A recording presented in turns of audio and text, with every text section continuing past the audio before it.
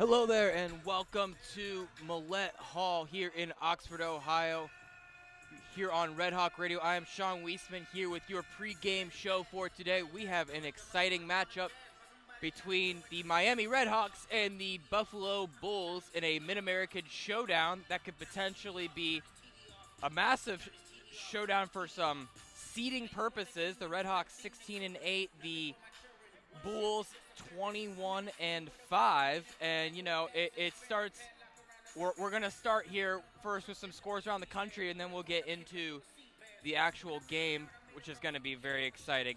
For starters, we don't have any ranked women's games going on around the country. However, we do have some MAC play going on as Ball State is down early to Kent State.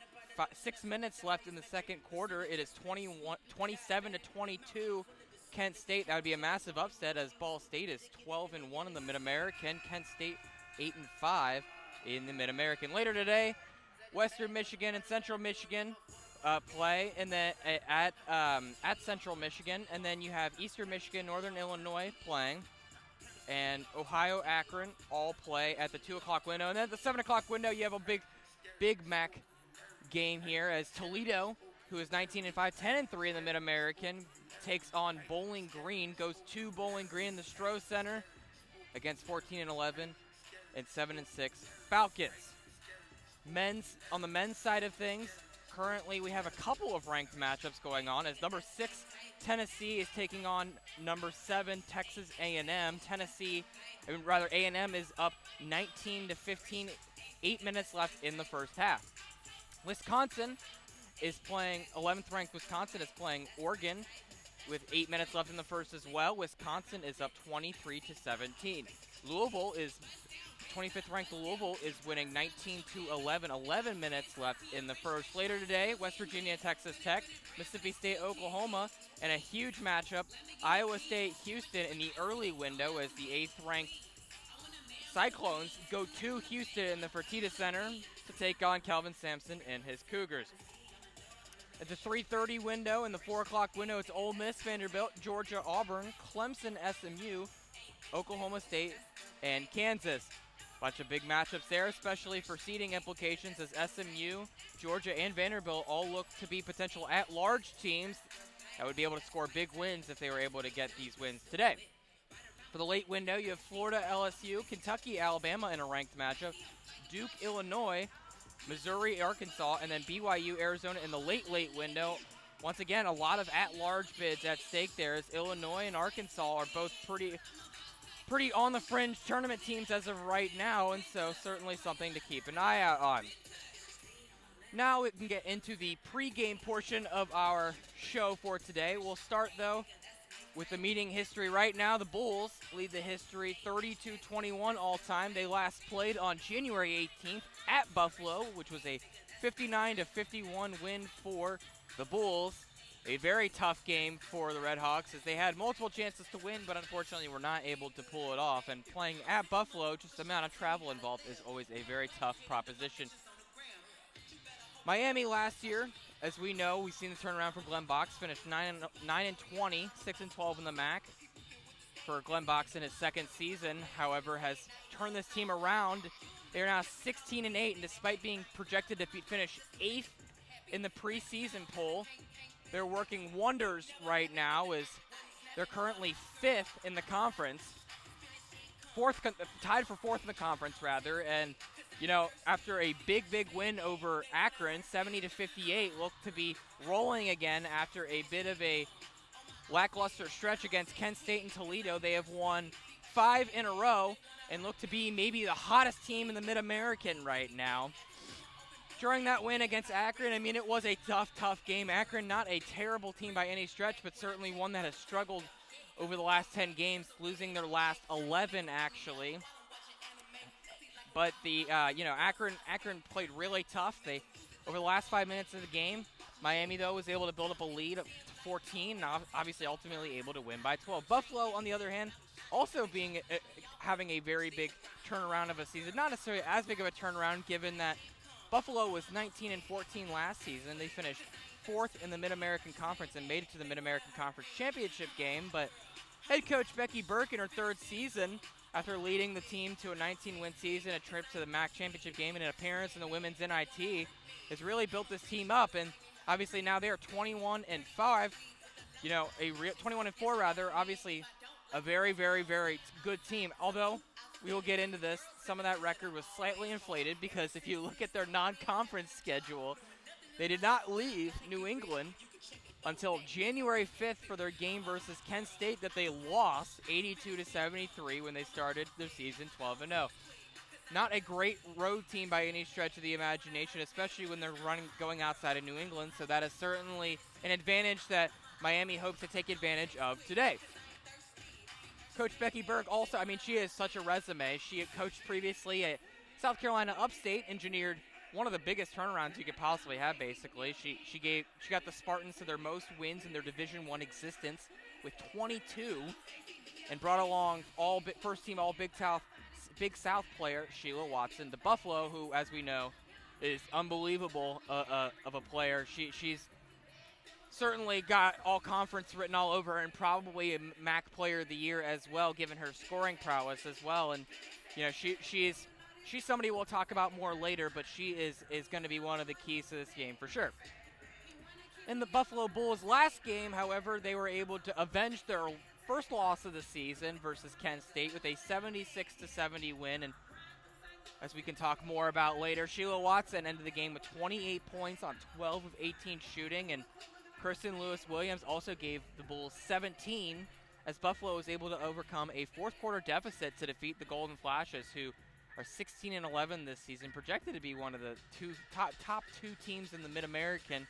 Not quite as good this year, but regardless, a very good win for Buffalo. A couple storylines in this game. Couple of things that we want to keep an eye on is the paint prowess, and we were going to get into this a little bit more at the end of the show too, but the point is, the points in the paint is going to be one of the biggest deciders of this game.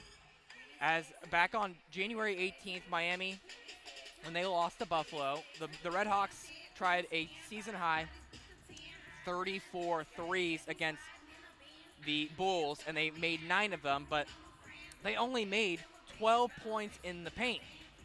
And since that contest, however, they've averaged 29.5 points per game in the paint over the last 8 contests, to the point being they have really turned it up with their interior scoring prowess, and that is going to have to be something that they have to really turn on against a team that, as we'll get into later, isn't the biggest team necessarily, definitely not one of the lengthiest teams. However, they certainly score in bunches. Speaking of which, this is one of the other things you're going to need to keep an eye on is the defense. Obviously, holding a team that scores typically 75 points a game, which is Buffalo, holding them to 59 points is a heck of an achievement, and just speaks to the kind of defense that Glenn Box has built in just his second season. But it kind of speaks also to how they're going to have to continue that in this second game here in order to pull off a big Mid-America Conference win, as Miami currently ranks 18th in the country, forcing 21.5 turnovers a game. And also, the RedHawks are 11-3 when they force their opponent into 20 or more turnovers. Of note, Buffalo only had 12 in their January 18th game. Miami also leads the conference with 11.7 steals per game, which is top 20 nationally as well. And they have 5 different players top 20 in the Mid-American in steals per game, as Tamar Singer, Juliana Gonzalez, Corey Lard, Amber Treader, and Maya Chandler all have more than a steal and a half per game. Just kind of speaks to the level of intensity and defense that the RedHawks are able to win with. Now for Buffalo, well, we already talked about this a little bit, but they do not have a particularly long rotation as far as the amount of length that they have in their lineup.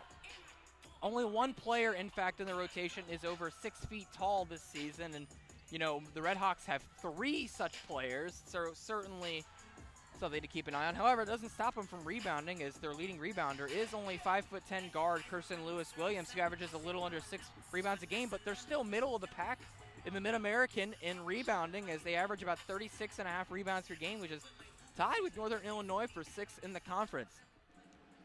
A couple players, though, that we're certainly going to want to keep an eye on is the trio of Sheila Watson, Kirsten Lewis-Williams, and Nolani Harness, who generate 45 of the Buffalo's second in the MAC offense, which obviously they generate about 75 points per game. Miami, obviously, as we know, held the team to 59 in their first game, but what we have to look at, will they be able to contain Watson again, who, only scored 12 points in their first matchup, but leads the conference in points per game, or are they going to be able to stop Kirsten Lewis-Williams, who scored 29 in their first matchup versus the RedHawks? It kind of feels like it'll be a little bit of whack-a-mole for today, and certainly something to keep an eye on. Obviously, Sheila Watson, though, one of the biggest contributors for this team, the fifth-year senior from Winder, Georgia, transferred to Buffalo as she was a first-team All-Big South recipient at USC Upstate, where she averaged 15.5 points per game, but now is the team leader in points per game and minutes per game. So certainly going to see a lot of her today, as we did in their first matchup. Kirsten Lewis-Williams, though, is the person I'm going to keep an eye on more so for today. Obviously, Sheila Watson is the one who gets all the headlines. She is a lethal scorer, as we all know, but Kirsten Lewis-Williams, a sophomore from Mooresville, North Carolina, she's really emerged as this really key contributor in her second season. She was a starter her first season, but certainly has emerged as, kind of maybe the glue guys, so to speak, for this Bulls team. And because, second on the team in points, she shoots at a 49% clip, leads the team in rebounds. I mean, and she plays a really good defense too. 5'10" guard, certainly a bigger guard presence. Somebody that you'll definitely want to keep an eye out for in today's game. And then you can't forget about the guard number 4, Nolani Cornfield, 5'6", fifth-year senior from Gowanda, New York, who transferred to Buffalo after averaging a little under 7 points per game and had about 3 assists a game in her time at Southern Miss last season. However, once again, she is kind of the facilitator of this team, only 5'6", so and once again, you can see 5'6", 5'10" for Lewis-Williams, and 5'8" for Sheila Watson. Not a ton of size in their backcourt. However, Cornfield is an exceptional passer. She actually leads the team in assists per game with 5.4 assists per game, also notching a couple of steals per game, and one of the best shooters on the team as well, shooting at about a 49% clip. And then, of course, the key players, obviously, for Miami is we can't start a key players in Miami segment without going in Juliana Gonzalez. She has been probably the best transfer that we've seen in the last, 5 seasons, you got to imagine. I mean, she certainly has just turned it on for the RedHawks. Dynamic scorer, the main ball handler, facilitator, playmaker. She's the primary offensive weapon for this team. She leads the team with 17 points per game, also leads the team in minutes per game with 31 minutes a game, so she is on the court a lot, and, she is the one who creates for Miami. When she gets going, everybody else gets going for the RedHawks, and then also, so she adds a lot defensively, averaging over a steal and a half per game for Miami, so she is something to watch, and I highly encourage if you can get to a game featuring her or watch a game with her. She is super fun to watch. But of course, one of the non-transfers, somebody Glenn Box is able to keep around for her second season at Miami, is Amber Treader, the 6'1" sophomore from Ferdinand, Indiana, who is one of the strongest presence in the paint for the RedHawks. Leads the team in rebounding and shot blocking, and was their only all-conference player last season, and thankfully Miami able to keep her around. Reminder, she was all-conference as a true freshman, so you got to imagine the future's bright for her, but she's the leading rebounder for the RedHawks, 8.3 rebounds per game, second leading scorer with 10.5 points per game. She is a excellent second option. She would be a number 1 option for quite a few teams in the Mid-American, and also a great rim protector as well with a block per game. And so, she is also somebody that is going to have a really big game given the lack of size in the front court for Buffalo, and somebody we're going to want to keep an eye on here for the RedHawks. Also, somebody we want to keep an eye out here for is Maya Chandler, the 5'7" senior from Indianapolis, who's just a really reliable two-way guard and has emerged quickly as a number 3 option who once again could probably be a number 2, number 1 option for a handful of Mid-American Conference teams, as she's the 3rd leading scorer with about 10.5 points per game and also has a couple of assists per game. She is one of the primary ball handlers also, along with Tamara Singer, and she certainly is a great veteran presence for a team that's pretty young overall. A couple keys to the game though before we take a quick break here with about 10 minutes left before tip-off. As first of all, we're just going to need to take a look at the foul trouble that Miami got themselves into last game. It was just fouls galore, and you know, both teams, two teams here today are number 1 and number 2 in the conference in fouls given per game. And as we know, both teams emphasize a lot of aggression and the ability to create chaos, but you know, obviously that comes at the risk of generating a lot of fouls, and that's just kind of how it works. Leading into that further, you know, both teams are number 1, number 2 in the steals they generate in the conference, and that just kind of speaks to the level of aggression that both teams play with. So expect a very hard-fought, little bit sloppy, maybe, like I said, maybe a little lower scoring than Buffalo is comfortable with, but much like their first game, but that's certainly something to keep an eye on. And Buffalo, though, was able to win the turnover battle in their first game, as Buffalo was able to generate about 21 turnovers in their January win, while RedHawks were only able to generate about 13. And Buffalo actually had 13 steals, just kind of showcasing, you know, they play with very active hands. They are a very good defensive team, despite the fact that they are, you know, definitely not the biggest team by any stretch.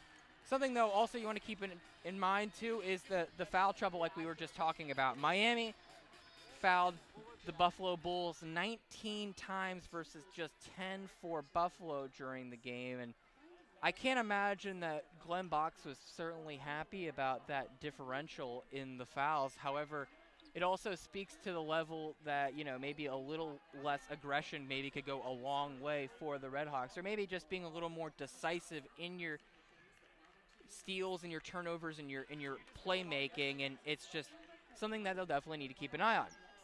Well, we'll get back in just a couple of minutes here with about 9 minutes until tip. We'll go over some couple other keys to the game, some last-second thoughts, and then we'll kick it over to my friends Gavin and Luke. Thank you so much for listening to Red Hawk Radio.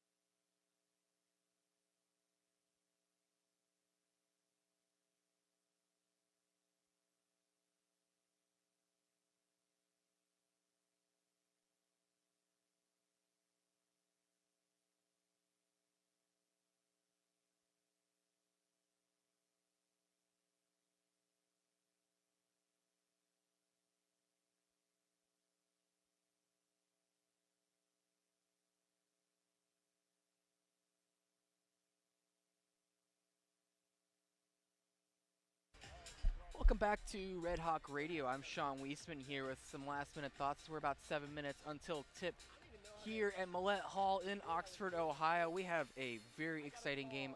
16-8 Miami versus 21-4 Buffalo Bulls. For a couple last thoughts and keys to the game here, though. Number one, we've already talked at length about this, but the size advantage for Miami is going to be something they need to take better advantage of today.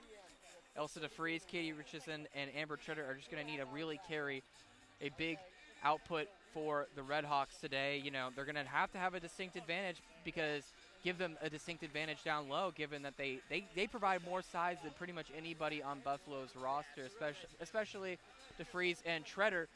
Both of the two of them are certainly people we want to keep an eye on. And then, as we saw with the foul differential, also just want to take a look at free throws as well. Buffalo was able to shoot 22 free throws, which I'm sure drove Glenn Box absolutely nuts, while Miami was able to shoot just 2 in their matchup in January.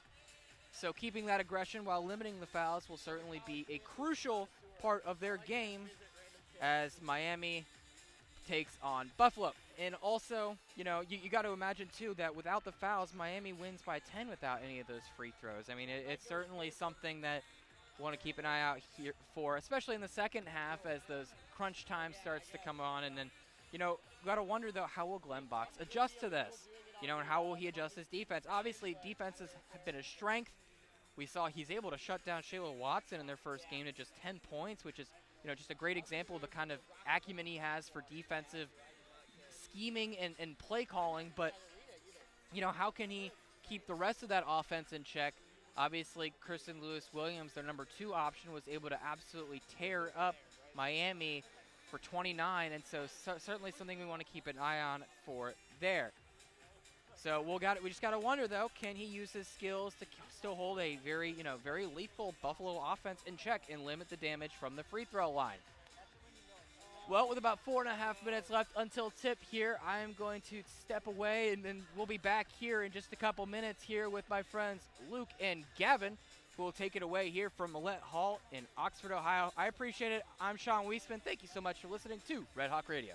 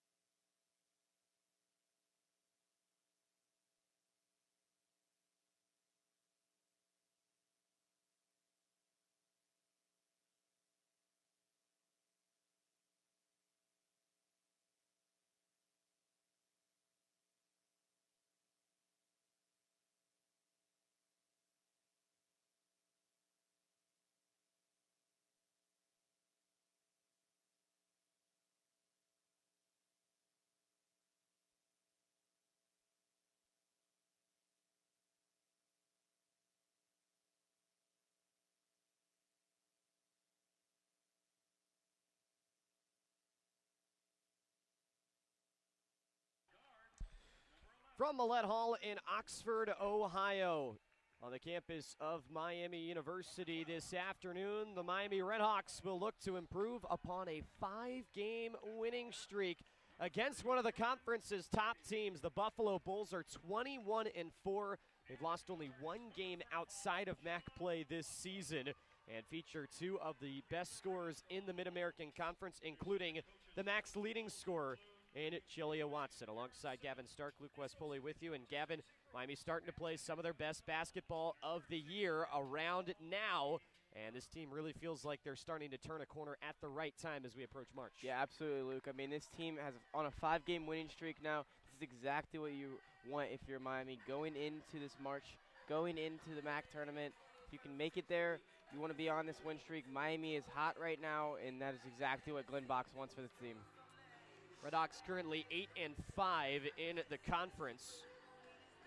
Top 8 make the MAC tournament and will head to Cleveland. Buffalo 10-3 in the Mid-American Conference this season. Both teams coming off wins earlier in the week. For Miami, their last 3 have been on the road and their next 2 away from home as well. But the RedHawks have won each of those last 3 games on the road, most recently a 12-point victory over Akron on Wednesday. Starting lineups for the Miami RedHawks, it is Maya Chandler, Angelina Gonzalez, Tamar Singer, Amber Treader, and Ilsa DeFries for Glenn Box. That's the starting lineup that Coach Box wants to go with when health is a non-issue. This team has dealt with both health and some illness that ravaged the team. Actually, through the beginning of this win streak, Miami was pretty short-handed due to some sickness, but the RedHawks are back having their full complement here this afternoon, and that is the starting 5 for Miami. For Buffalo, under third-year head coach Becky Burke, the Bulls will send out Satota Gines, Kirsten Lewis-Williams, Paula Lopez, Jordan Beatty, and Chilea Watson. It is a Buffalo team that features 8 transfers and is one of the highest scoring offenses in the MAC, ranked second at 75.2 points per game entering the day against a Miami defense that is projected to have the best defensive season in program history. The RedHawks have not allowed 80 points in a game all season long, and Miami currently leads the conference in scoring defense at 56.3 points per game. Again, school record watch for this year's RedHawks team, 56.9 points per game from way back in the 1977-78 season is the lowest mark for scoring defense in Miami history. So both teams readying here in a pretty crowded Millett Hall. Tickets were complimentary this afternoon, courtesy of the Crawfords.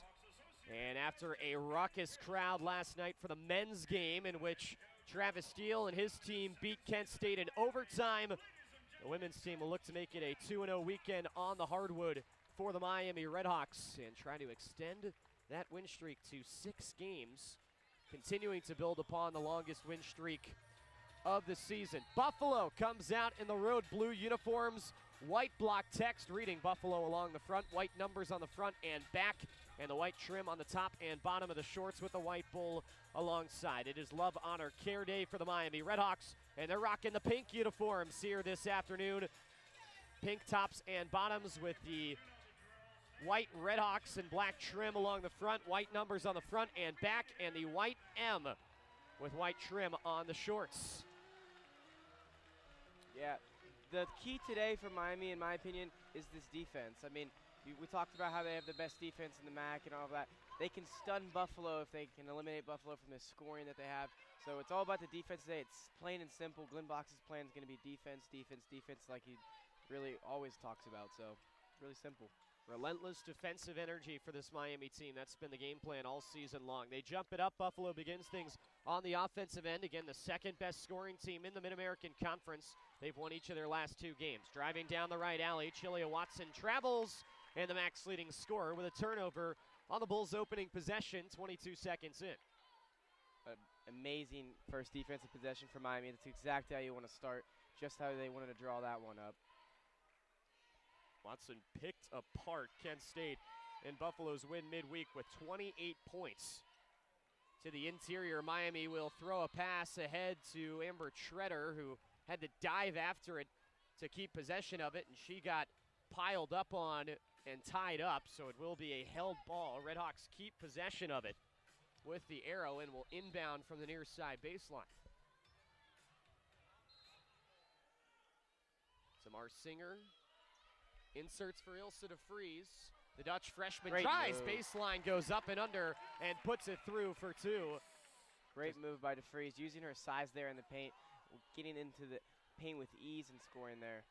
de Vries, who missed some time with that illness that went through the team. She was back in the game against Akron. Scored just 2 points, though, in that game. Miami gets her first 2 points and the first basket of the game less than a minute in. A deflection out of bounds as Buffalo brought it into the front court by Tamar Singer. Defending without fouling going to be very important for this Miami team as Buffalo gets to the free throw line at a high clip, and they make free throws more than anybody else in the conference. 10 to shoot. It is Paula Lopez, who's started now 3 straight games, flinging to the far side. Drive in from the corner for Gines, trying to bounce it on the deck, and it's stolen away by Amber Treader. 28-second defense for Miami. Lead pass ahead, looking for de Vries, and it's tipped, but de Vries grabbed it as it was heading out of bounds.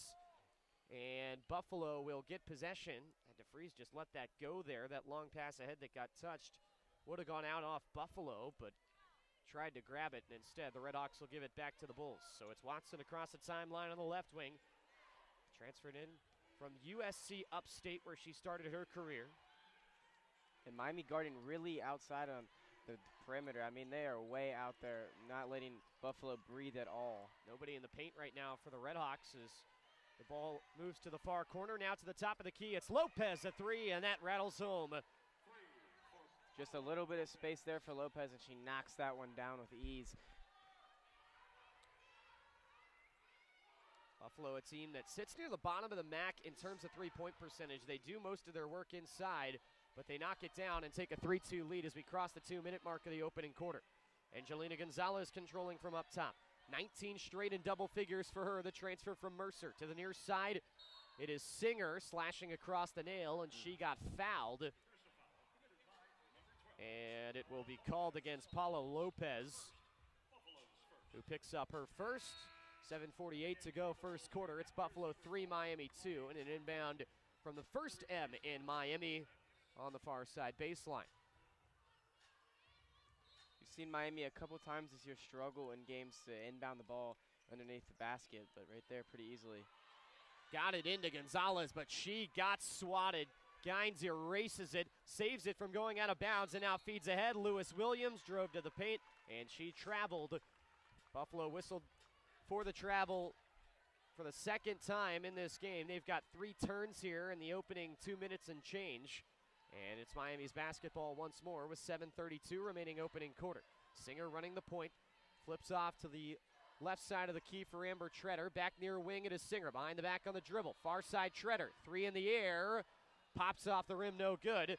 Watson's got the rebound for Buffalo. Averages 5 boards a game in addition to her 20 points. Runs it the full length of the floor, floats it up from the MAC logo, and rolls it home. And Chella Watson has got the Bulls up 3 now, 5-2 with 7:05 to go in the first quarter. Gonzalez, meanwhile, gets fouled as she makes her way up the floor. They'll get Jordan Beatty, the Texas A&M Commerce transfer, on the foul.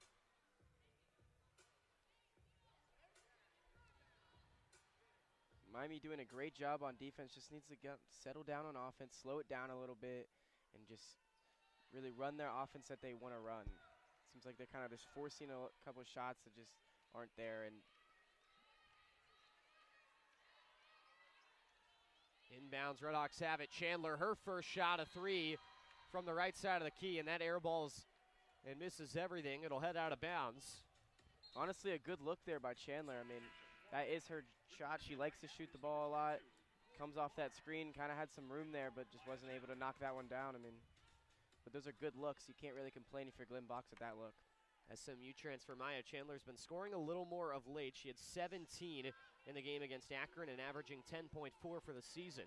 Can't get her first bucket that time. A lot of defense being played so far. 5-2 Buffalo, 6:38 to go first quarter. Pull up from the right elbow, pushed way long from Laney Cornfield, the Southern Miss transfer.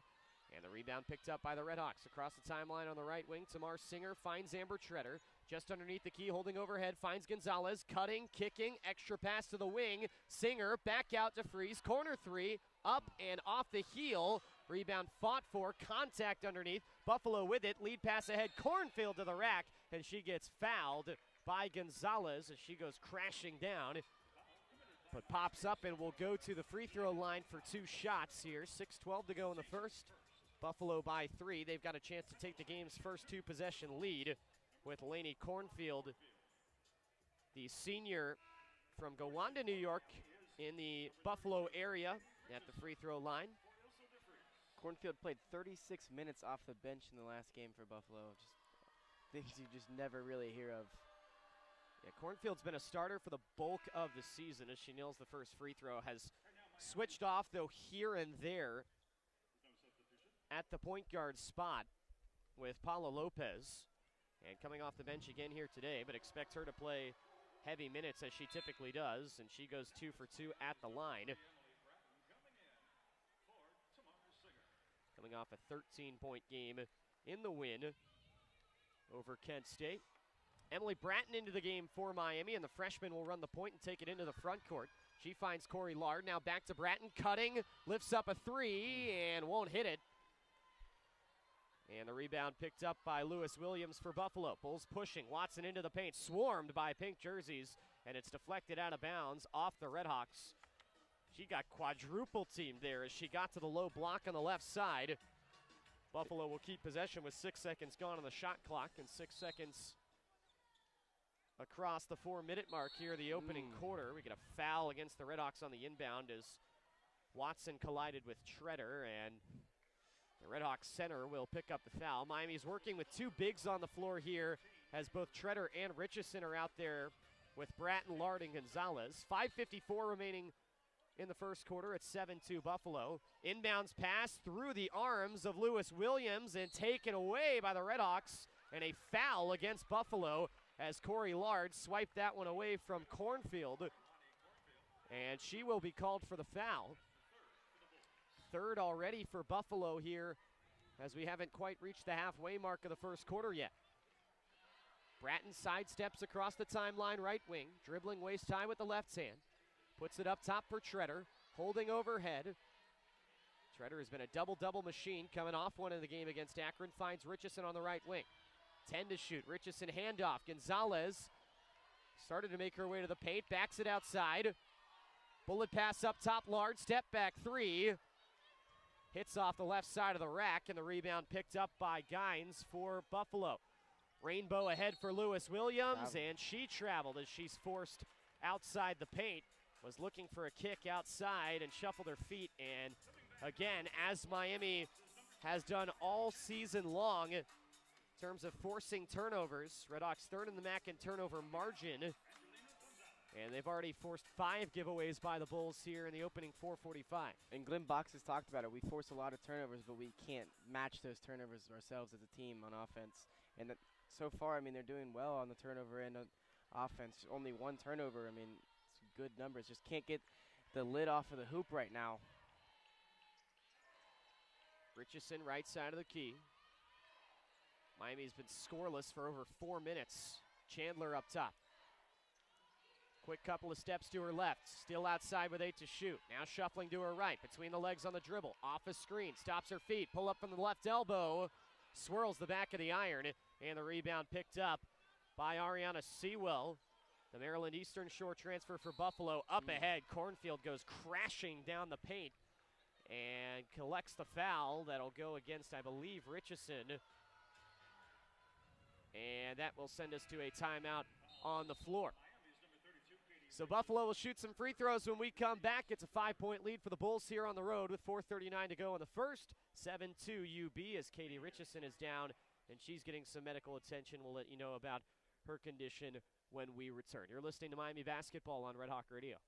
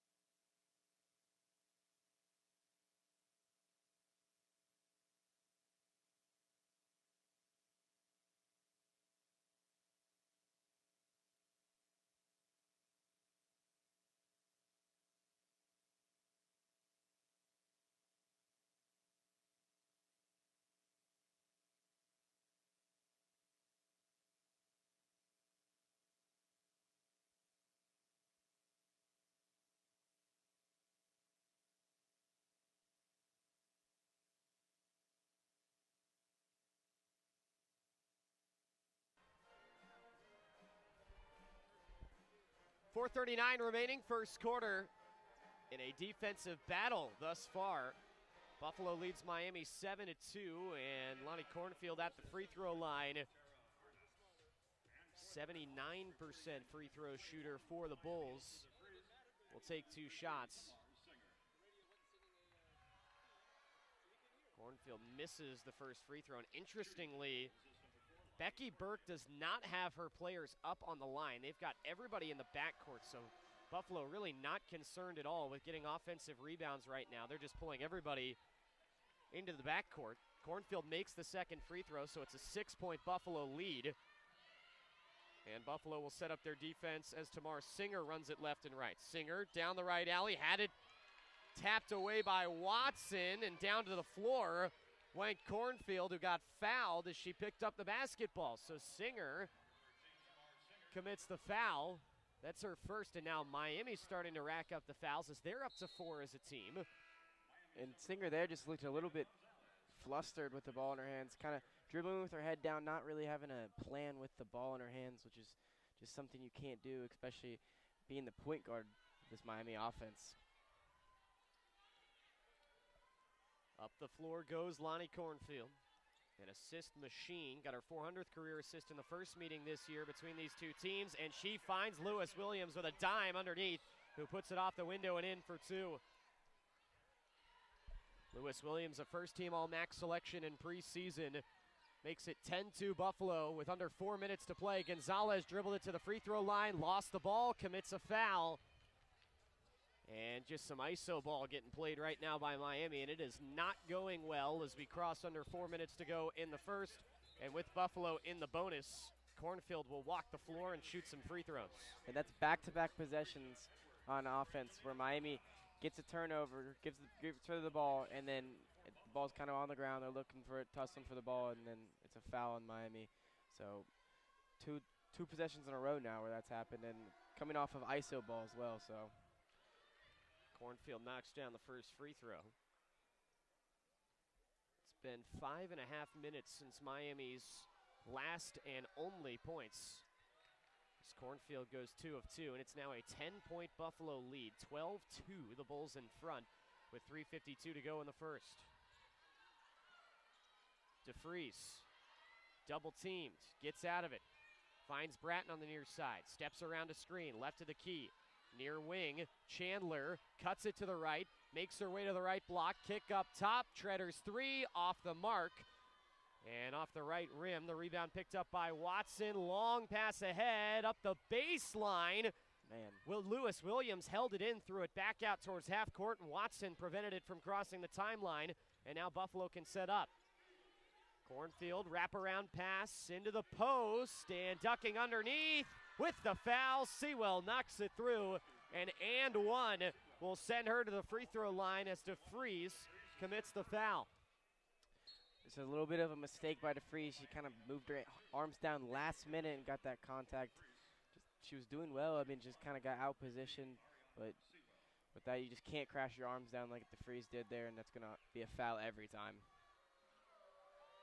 So Ariana Sewell, the senior out of the Bronx, rolls in the free throw, and it's 15-2 Buffalo with 3:11 to go in the first. Bratton around a screen, takes it into the front court, feeds Chandler. Chandler wants help. Richardson comes to set the screen right. Chandler heads left, got a decent look with a left-hand layup through traffic, but missed it. Bulls get the rebound, pushing up the far side. Harness stops her feet at the baseline, and back to the outside it'll go. To the elbow, it's Lewis Williams. Back up top, Cornfield, dribbling back and forth with 15 on the timer. Cornfield overhead pass, top of the key for Watson.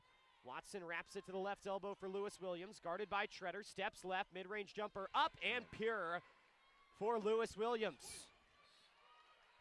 14 a game for Buffalo's second leading scorer, and Lewis Williams has got 4. Bratton now with an early 3, and that's off the left side of the rim, no good.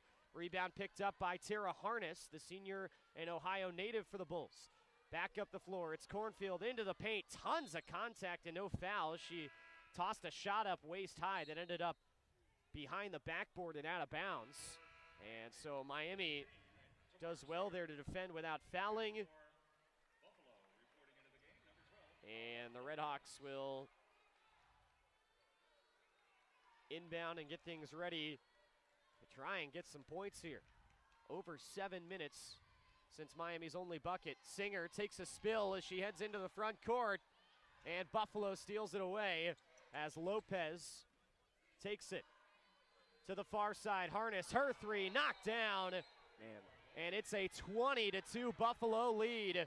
Timeout Glenn Box with 1:52 to go in the first. A 20-0 run for Buffalo now. Scoreless in the last 7.5 minutes for Miami. Unbelievable. RedHawks are 1 for 11 from the field, including an 0 of 7 mark from 3.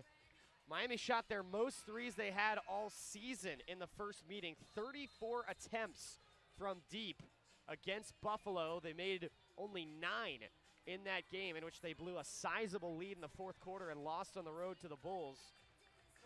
It is Buffalo that has a sizable lead here in the early goings this time around, as they lead 20-2 with under 2 minutes to go in the first.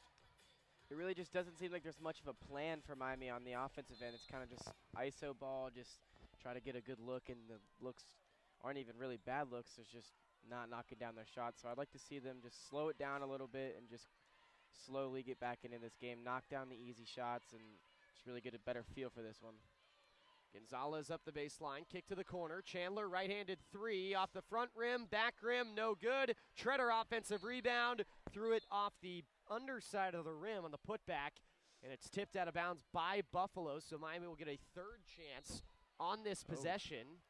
Nope, never mind. Officials just confirmed, and they'll reverse the call. It last went out off the RedHawks, and so now it will be Buffalo possession. A late switch there by the officials as well, kind of last minute.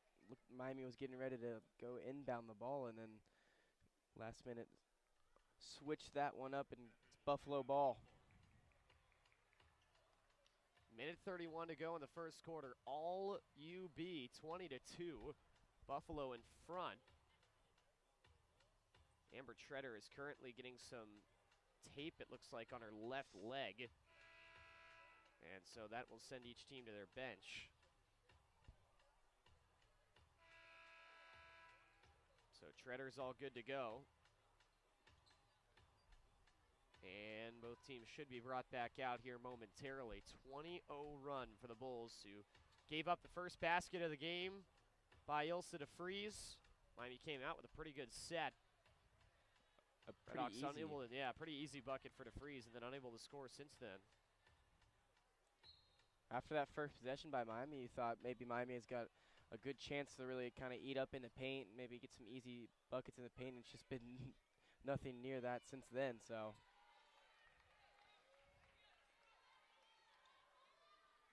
Bulls take it down the right wing. It is Lopez into the front court, trying to get it out to a potential 20-point lead if they can score on this possession. Watson up top, heads left, around a screen, head fake, and now will back it out beyond the three-point line. 11 to shoot. She feeds Lewis Williams, and she traveled on the drive. It's a second traveling call on Lewis Williams in this first quarter. Bulls have traveled 4 times out of their 6 total turnovers, but has not hindered what they've done on the defensive side of the ball at all. Don't like to turn the ball over, but if you're going to do it anyway, the dead ball turnover, of course, is better. As Miami has not been able to turn it into points at all so far. Chandler slicing through, kick to the corner, extra to the wing. It is Gonzalez, a three, and she nails it. Finally, one drops from deep for Miami. They're 1 for 9 now. As Lewis Williams runs the full length of the floor, she gets blocked, and Richardson gets fouled on the rebound. And now with 40.4 seconds to go, it's 20-5 Buffalo. And if Miami can get a good sequence put together here over the final couple possessions of this quarter, it could make things look a whole lot better than maybe they thought at our first break. Absolutely. I mean, just a little bit of momentum is all you need going into the second quarter for Miami, just to keep yourself in this game, keep that confidence up a little bit. Chandler works to the baseline, now to the MAC logo, pivoting around, overhead pass, Richardson left wing three, too strong. Harness lifts up and grabs the rebound. Up ahead, it's Lopez. Shot clock off. Lewis Williams nearly stepped out, puts it back outside for Lopez. Chandler punched it away. Lopez regathers. 5 to go. Buffalo's got it out at the logo. Watson racing in. Floater at the buzzer. Wedges off the left side of the rim. And it's no good at the horn. But Buffalo still with a large lead at the break, as after 10 minutes, the Bulls in front 20-5 here on the road, heading into our second quarter. Some adjustments to be made for this Miami team who had just 2 field goals in the first. It'll be Buffalo ball when we come back to begin the second, up 15. And you're listening to Miami Basketball on Red Hawk Radio.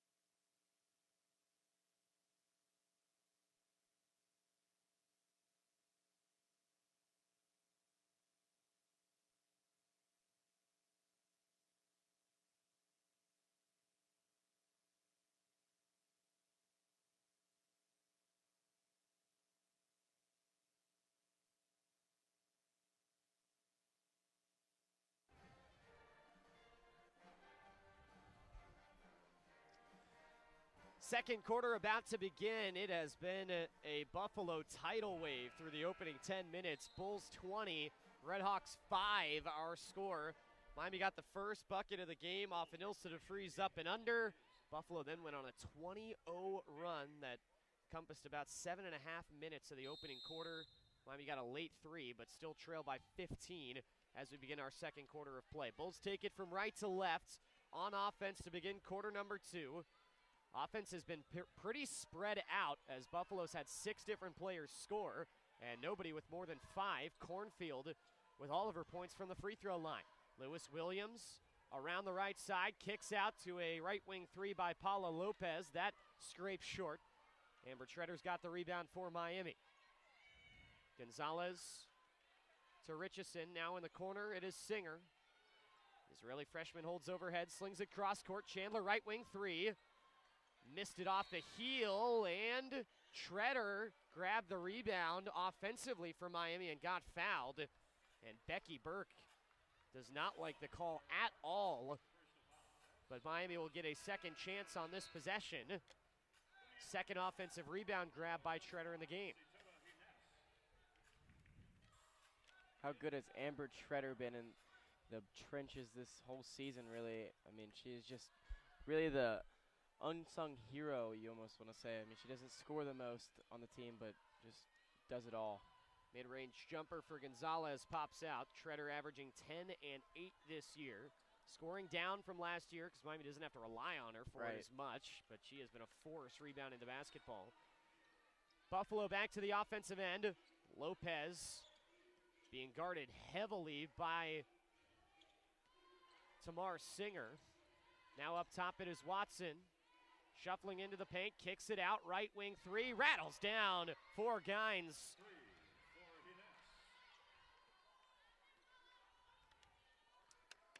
23-5, Buffalo leads with 8:38 to go in the second. Buffalo 3 for 4 now from 3. Miami 1 for 11. Chandler will try the three and hit it from up top. And Chandler gets Miami's second triple of the game. 23-8 our score. A deflection, it goes out of bounds, and it's off Buffalo as that last touched off the hand of Jordan Beatty. Tamar Singer doing a really good job so far in this one, just kind of not letting the Buffalo defenders or offensive players really kind of just relaxing out there.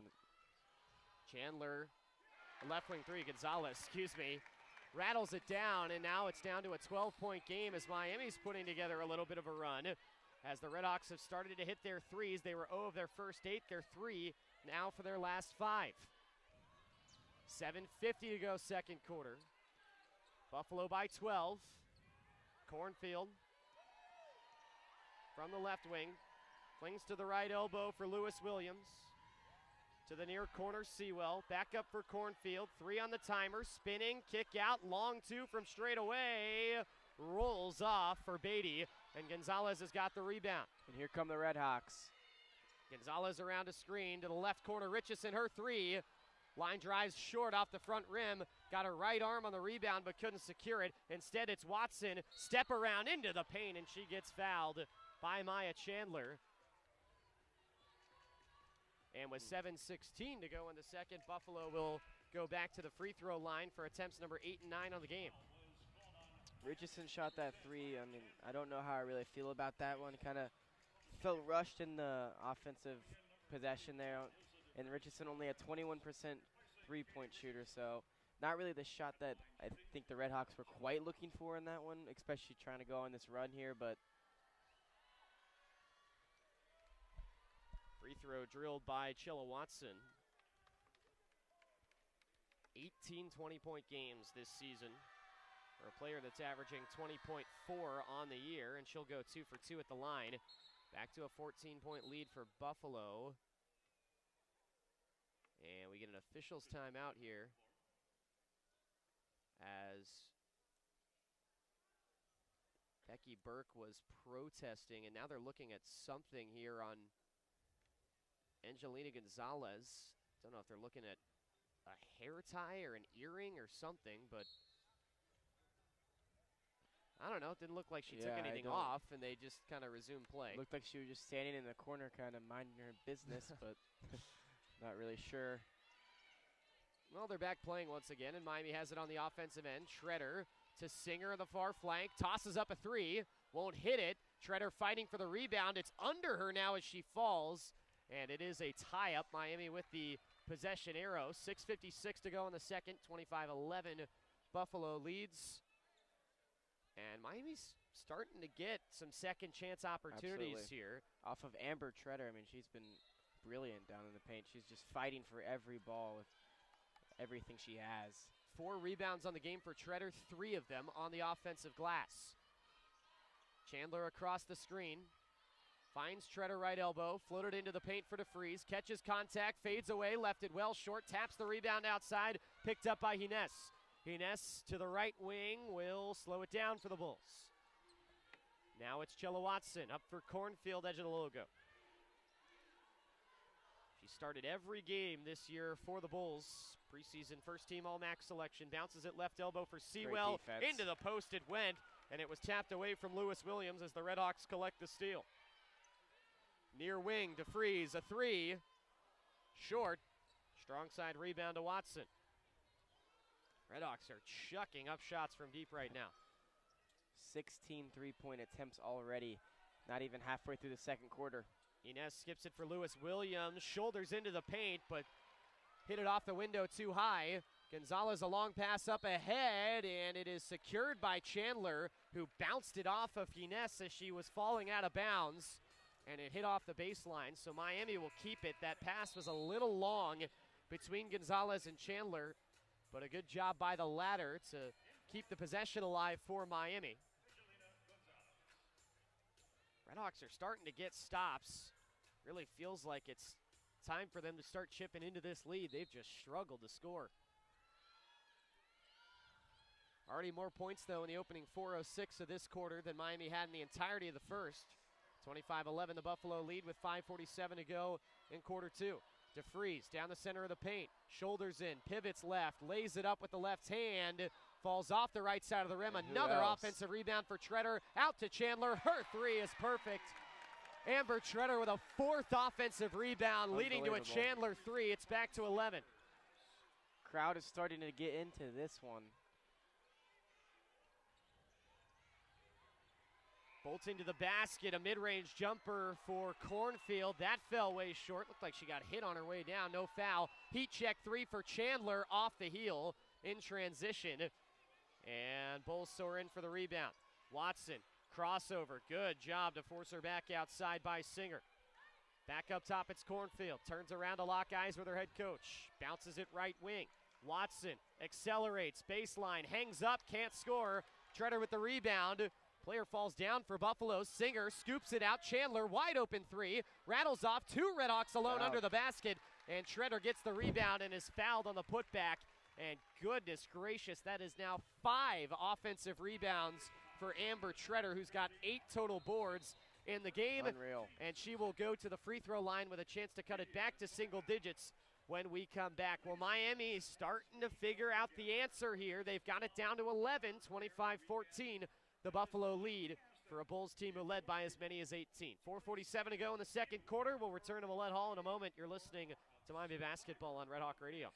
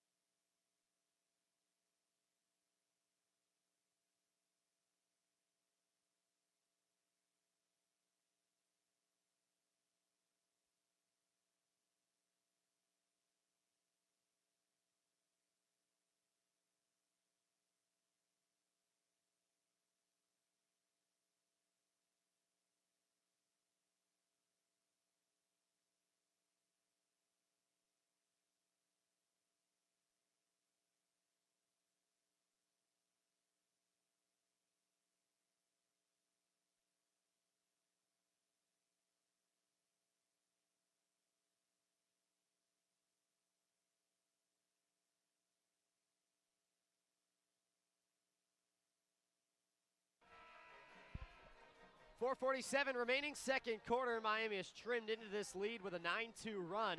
And Amber Treader will go to the free throw line to try and cut into it further. It's Buffalo 25, Miami 14. Bulls led it by as many as 18. And Treader knocks down the first free throw. For a 5, she can shoot the free throw pretty well, 76% on the Absolutely. season for a Red Hawk team that's third in the MAC as a team in top 50 nationally. Shredder makes both, and it's back down to a single-digit lead. And, man, for a Red Hawk team that just had no answer in the first quarter, a pretty impressive flip of the switch here in quarter number 2, as they're starting to find a way to string together stops and points. Hines now has it on the near wing. Senior Spaniard hands it off for Chilla Watson. Watson out near half court with 6 on the timer. Drives down the right side, kick to the corner, a cornfield 3. Caught it barely a piece of the front iron, and the RedHawks end up with the rebound. And up ahead for Miami goes Tamar Singer. Richardson pump faking just underneath the key. Back outside for Singer. Steps around a screen. Bounces it for Richardson. Now into the corner, Gonzalez. 6 points off a pair of triples for her. Same can be said for Maya Chandler, who are both leading the RedHawks in scoring. Near wing, a 3 hoisted up. Well long from Tamar Singer. Offensive rebound. Treader's got to put it up at the buzzer of the shot clock as it didn't hit rim. Treader's shot does hit rim, but falls short, and Buffalo ends up with the rebound courtesy of Lewis Williams. Now 9 rebounds for Amber Treader. 3 minutes left to go in the second quarter. Unbelievable. 6 of them coming on the offensive glass as well. Lewis Williams inside, traveled again. The 3rd time for her this first half. Travels have really hurt this Bulls team, who have now turned it over 9 times. And with 3:27 to go in the half, Miami's got it back with Buffalo in front 25-16.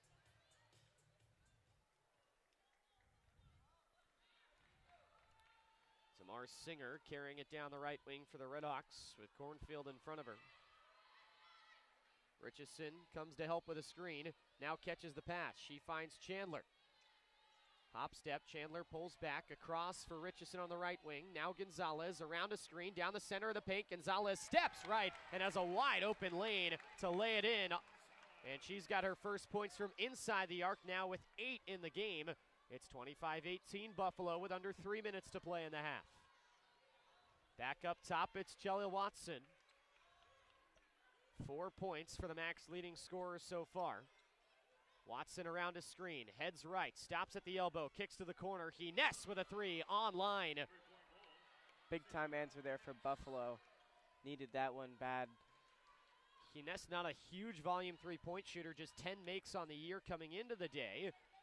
But she's now 2 of 2, both from deep, and the Bulls lead by 10 once again. Drive up the baseline for Angelina Gonzalez, a wide open up and under, but she threw it long. Bulls out and running, and Lewis Williams lays in the transition basket. Now Gonzalez will try to push, racing. Left her defender tumbling, pulls back and a long mid-range two, and buries it. Angelina Gonzalez into double figures with 10, leading all scorers in the game. It's 30-20 Buffalo, under 2 minutes to play in the first half. Gonzalez, one of the best pure scorers in the whole entire conference, just can really rack it up quickly, and she's doing that. I mean, feels like she doesn't have 10 points, but she does. I mean, RedHawks commit a foul on the inside as the bounce pass went into the post for Beatty. Yeah, there probably is not a better mid-range scorer in the MAC than Angelina Gonzalez. She's bread and butter. Yeah, definitely a 3-level scorer, but that's the area that her game is probably at its best. Just the second foul committed by the RedHawks of the quarter, so they got into a little bit of trouble in the first, but not much to speak of here in the second, and foul trouble's been pretty well spread out. Only 2 players with 2, those being Richardson and Gonzalez. Buffalo, meanwhile, has nobody with more than 1. 6 different players with a foul. Off the inbound 3 lifted up by Watson, and that is no good. Rebound picked up by the RedHawks. They're pushing. Chandler steps in the arc, triggers a 2, and knocks it down. Great pump fake there by Chandler to move up to the mid-range off of it. Get the defender off their feet, and an easy bucket for her. 30-22 Buffalo with 1:20 to go in the half. Lewis Williams to the flank for Cornfield. She traveled again. And the Bulls just can't stop with the happy feet, it seems, here in the first half as they turn it over for the 10th time. And Miami can maybe get this down to 5 or 6 points here on this possession, with Buffalo leading 30-22. 1:17 to go in the half. Additionally, if the RedHawks can manage the clock well here they can ensure that they'll get 2 possessions and Buffalo only 1. We'll see how they take it. Treader with a shot fake, gets into the paint, skips it in for DeFries. She gets fouled and puts it in. And now the officials are going to discuss, is the foul on the floor or the shot? It is on the floor. Wow. That's unfortunate for Miami, but good move nonetheless. I don't know if I agree with that call at all, but so now the RedHawks will have a fresh 20 seconds to work with. Just the 3rd foul given out by Buffalo's DeFries. Got hacked underneath, catches the inbound pass right under the basket and missed an easy one from a couple feet out. Buffalo grabs it, Bulls out racing, right wing 3, buried by Hines. 3 triples for Sitota Hines here in the game as Chandler now hoists up a tray, and that falls well short, and Hines has got the rebound for Buffalo. Long pass ahead, 2-on-1, down the right side, Watson wide open to scoop it home. And this is back to a 13-point lead, and since that foul call and the miss, it has just been a dreadful sequence to close out this half for Miami. They've got it back, shot and game clock separated by 4 seconds. Gonzalez just puts up a contested 3 and hits it from the left wing, which will help for Miami, although the RedHawks did not use the full length of the shot clock, so that'll allow Buffalo to get the last possession. 10-point lead for the Bulls, 8 seconds to go in the half. Watson, crossover dribble, pull up from the left side, off the rim. It is saved from going out of bounds, and a 3/4 court heave from Gonzalez is blocked by Lopez at the buzzer, and the first half will come to an end. I think Glenn Box actually thought that Gonzalez got fouled there on that half-court heave, but no chance for it for Gonzalez, and so the RedHawks will have to go into halftime down by 10. Well, if you're Miami, Gavin, it could have been a whole lot worse. It looked like they might get run out of their own building with one of their biggest crowds of the season. Based off how that first quarter went, Miami outscores Buffalo 20-15 in the second quarter. Don't love how those final 2 minutes or so transpired if you're the RedHawks, but nonetheless, you're in the game after 20, which is certainly fine after how this game started. Absolutely. I mean, off of that foul on DeFries where they were deciding off if it was a bucket or not a bucket on the floor, whatever. And once that call kind of came, you're thinking beforehand, okay, maybe the RedHawks get this within a 3-5-point game going into the half if they use the clock right, and it just didn't go that way. But yeah, like you said, I mean, if you would have told any RedHawk fan in the building that they'd be down 10 at halftime and have 25 points after being down 20-2, giving up a 20-0 run, I mean, you'll take it for sure. So can't really complain too much if you're Miami, but still a lot of opportunities missed late. Yeah, no doubt.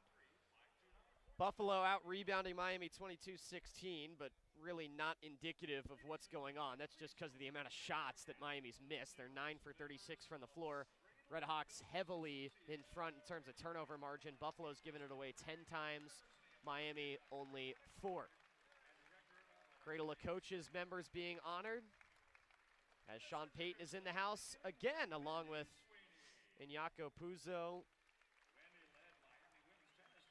Carolyn Condit, and others being honored as inductees to the Cradle of Coaches here last night and this afternoon.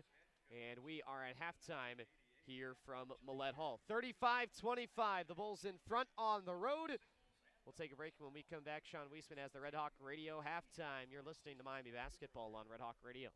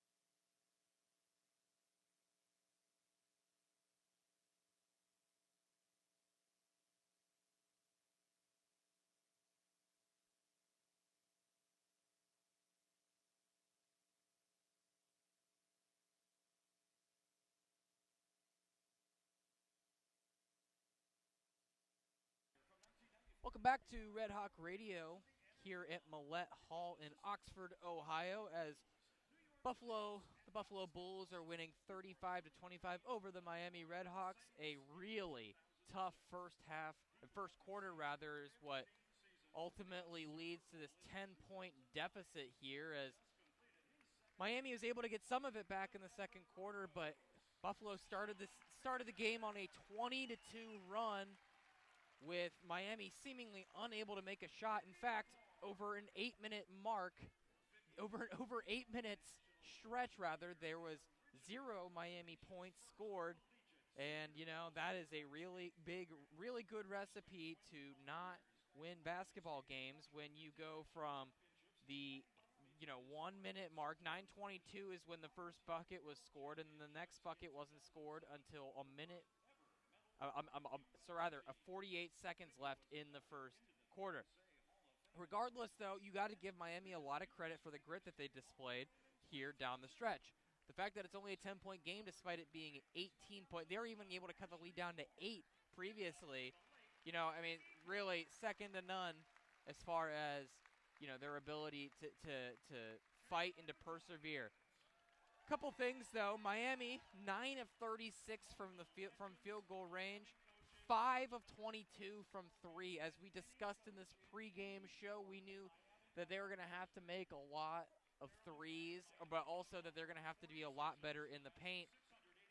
Points in the paint really hasn't been that big of a factor for Miami. Just 4 points in the paint for the RedHawks. Thankfully, they were able to make some threes late, but aside from Juliana Gonzalez with 13 and Maya Chandler with 8, the third leading scorer has just 2 points, while Buffalo has four different girls with 6 points. Rather, 2 different players with 6 points, 1 player with 9 points, and a player with 5 points. And, it just speaks to the depth right now that Buffalo has and is able to play with offensively. And it's been really tough for the RedHawks to be able to generate anything consistently offensively when they're not able to generate any points in the paint, and they're not being able to live and die by the 3 ball, only shooting at a 23% clip from 3-point land. We'll take a look now at some scores around the country real quick. Halftime right now, it is not halftime, end of the fourth quarter. Kent State looks like they will secure a very big win over Ball State, as they have a 60-54 lead with 31 seconds left in the fourth quarter. In the Central Michigan-Western Michigan game at halftime, Central Michigan is up 26-20. With the Central Michigan Chippewas being led by Jasenia Lawson, who's got 10 points for the Chippewas. And then obviously Buffalo and Miami, that game being played right now at 2 o'clock. So just a couple minutes here. Eastern Michigan takes on Northern Illinois, and then Ohio takes on Akron. And then the late window, the 7 p.m. window, Toledo takes on Bowling Green at Bowling Green. For the men's men's MAC game, we have Central Michigan, who is currently just beating the crap out of Western Michigan, winning 46-27 at half. We have Buffalo Ball State at 2:30. At 4:30, we have Eastern Michigan, Northern Illinois, and then at 6 p.m. we have Akron OU, which could be one of Akron's biggest tests remaining in their conference schedule. Akron a 2.5-point favorite in that game, certainly a game we'll need to keep a close eye on. And top 25 news now: Tennessee is currently winning by 4 with 3:24 left on number 7 A&M. The 6th-ranked Volunteers currently 21-5. 20-6 are the Aggies.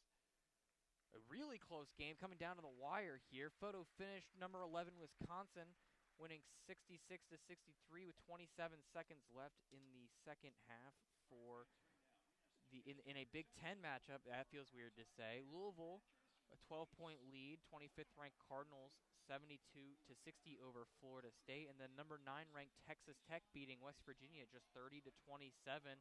West Virginia, a potential tournament team looking to hopefully get a big win for their at-large bid chances. And then Mississippi State, the 21st ranked Bulldogs, winning 37-34 at the half over Oklahoma. Oklahoma, a team also, very on the fringe here, but certainly looking to potentially get a couple big wins and secure a chance at an at-large bid. Later today, in top 25, at 2 p.m., you have one of the biggest games of the weekend slate, with number 8 Iowa State going to number 5 Houston in a game between two of the very best of the Big 12. Ole Miss going to Vanderbilt, 24th ranked Rebels, hoping to get a big road win against the Vanderbilt team that has certainly impressed. And then 16-10 Georgia playing number 1 Auburn at 4. Clemson SMU will be at 4 as well. Oklahoma State Kansas also at the 4 o'clock window. And for the 6 o'clock window, you have Florida, LSU, UK, Alabama in a ranked matchup in Tuscaloosa as your two games in the SEC, both games from the SEC at the 6 o'clock window. And then the 8 o'clock window, you have Duke, Illinois in a rare non-conference game in February in Madison Square Garden. And then Missouri and Arkansas for a conference game. Arkansas currently on the very fringes of tournament at-large contention right now, hoping to secure a big win. And then the 10 o'clock window, you have BYU and 19th ranked Arizona. Couple key takeaways for Miami in their first half matchup against Buffalo Bulls. So far it's just been Buffalo has been able to just shoot the ball a lot better. We knew this coming in, that offensively Miami was going to have to do offensively Buffalo was going to need to do a lot against Miami's defense in order to really make things happen. And so far they have. They're making 50% of their field goals, 11 of 22, and they are 5 of 8 from 3. And they were once again a big deal, which was a big problem in the first game rather. A massive free throw differential, with Buffalo 8 from 9 from the free throw line, and then Miami just 2 of 2. Rebounding mostly equal, 21 rebounds, 17 for the RedHawks. So those 6 offensive rebounds for the RedHawks to Buffalo's 0 rather. And most of the time, though, the Buffalo Bulls have been the team leaders, have been the leaders of this game, as we know. After a 2-0 lead, it was pretty much all Buffalo, and that was unfortunately. Thankfully Miami hopefully able to weather the storm a little bit, as we know Buffalo was able to get hot and do so in a very fast manner. But it's going to be up to Miami then to match it and to get just as hot for the remainder of the game. With about 5 minutes left here until the second half remaining, we'll go over some players' highlights and stuff like that. So for starters, we can go to the leading scorers. So far, the leading scorer is Satona Guinness, who is only averaging 4 points a game. She is 9 points, 3 of 3. Also the leading rebounder for Buffalo. Certainly not somebody I think anybody was expecting to see being the leading scorer in the first half. No surprise, though, in Juliana Gonzalez, the leading scorer for Miami. 5 of 8 from field goal range and 13 points. And then Amber Treader just tearing it up on the boards like we knew she needed to do. All 6 offensive rebounds for the RedHawks. Certainly keeping Miami in it with her ability to grab boards, especially against a smaller Buffalo lineup. But everyone else is going to need to step up, as she has 10 of the rebounds that Miami has currently pulled down, of the 17 rebounds that they've pulled. And so, that's certainly something that Miami is going to need to improve upon in the second half, is pulling even more rebounds, especially on the offensive glass. With 4 minutes left, we're going to take a step back here. We'll take it back to our friends Luke and Gavin here in just a couple of minutes. We really appreciate you listening to Red Hawk Radio here at Millett Hall. I'm Sean Wiesemann. Thank you so much for listening.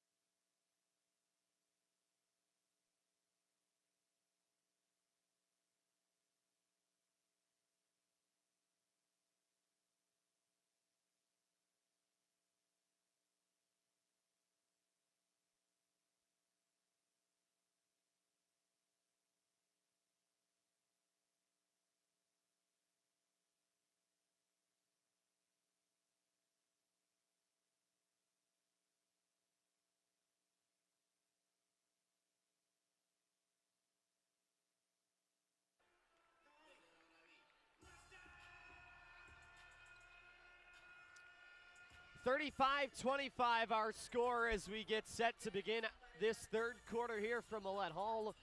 Luke Poley and Gavin Stark on hand as Buffalo came out and punched Miami in the mouth in the first quarter. They were up 20-2 after a 20-0 run near the end of the first. Ended up with a 20-5 advantage at the opening break. Miami, though, did outscore Buffalo in the second quarter after the RedHawks could not buy a basket in quarter number one. They were 1 for 10 from three and tossed up 22 three-point attempts in total. Finally hit 4 of them in the second quarter, and that trimmed the lead down. Buffalo did get a few buckets late in the second quarter that allowed them to re-extend the lead. Miami had a chance to cut it to 2 possessions right before halftime. They were unable to do so, and so Buffalo in front by 10 as we get set to begin the third. And Gavin, offense a little bit stagnated for Miami, but most of all, we can see on our live stats program here in Miami's box score, you look at the three-point shooting, and the 2 players up top listed for Miami are Maya Chandler and Angelina Gonzalez. Chandler's 2 for 8. Gonzalez is 3 for 3 from deep. But after that, you see 0 for 2, 0 for 2, 0 for 2, 0 for 1, 0 for 2, 0 for 2. Right. And Miami just went extended stretches without being able to chip into the lead despite getting stops because their shots just were not falling. Right. Defensively, they had a good defensive half, in my opinion. So just got to keep it up, and shots are going to fall for you if you keep getting good looks. So get some good looks, run your offense, and just relax. I think this team just sometimes needs to just breathe and relax. Sometimes the game gets a little too fast. And underway already, Miami forces a turnover as they deflect it out of bounds. Upon Buffalo's first possession, Tamar Singer heading down the left lane with speed, but she can't finish it with the left hand. Bulls grab the rebound with Jordan Beatty. Up ahead, it's Watson. Backing into the paint, back for Beatty. Left side of the painted area. Slung to the outside for Hines. Crossover dribble. Skips it to the block. Tied up on the far side, and it is indeed a jump ball, and Miami will get the possession back. As 2 we've already good had defensive possessions already for Miami to start off this half. Yeah, 3 possessions already, and we're not even 40 seconds into the third quarter. Singer across the timeline on the left wing being poked at by Lopez. One of a couple Spaniards on this Buffalo team. Chandler let go a left wing 3, and Watson came in to punch that away. She'll record the block, but it's touched out of bounds. Last by Watson. And so Miami will keep hold of it here with 11 on the timer. 9:08 to go third quarter. And no points yet in the second half. Inbound to the outside for Gonzalez. Bullet to the near wing, Treader. Handoff Gonzalez, 4 to shoot. Double teamed up top. Pass deflected away from Treader, 2 and 1. And Treader just got to eat it, and that's a shot clock violation. As Beatty got up in her face, Treader was tiptoeing to avoid a backcourt violation there. And just ran out of time. They're double teaming as well. I mean, you kind of saw them do that trap right there on Gonzalez. Didn't see Buffalo do that in the first half, so an adjustment for Buffalo at halftime. Looking for the first points of the second half. 35-25 the Buffalo lead. 8:42 to go third quarter. A deflection by Miami. Hines scoops it off the deck out near half court. Now it's Beatty. Head of steam down the left lane, and she draws the foul. 2 RedHawks there. We'll see who they get. It looks like it will be Treader, who might have been trying to draw a charge there. Yeah. Wasn't in the best position to draw that charge there. Kind of just out of position just a little bit, which is just all you need to kind of miss that charge. That will send Jordan Beatty to the free throw line. Has only attempted 12 free throws all year. She is 7 for 12. Transfer from Texas A&M Commerce, one of 8 regular contributors for this Buffalo team that did not begin their career with the Bulls.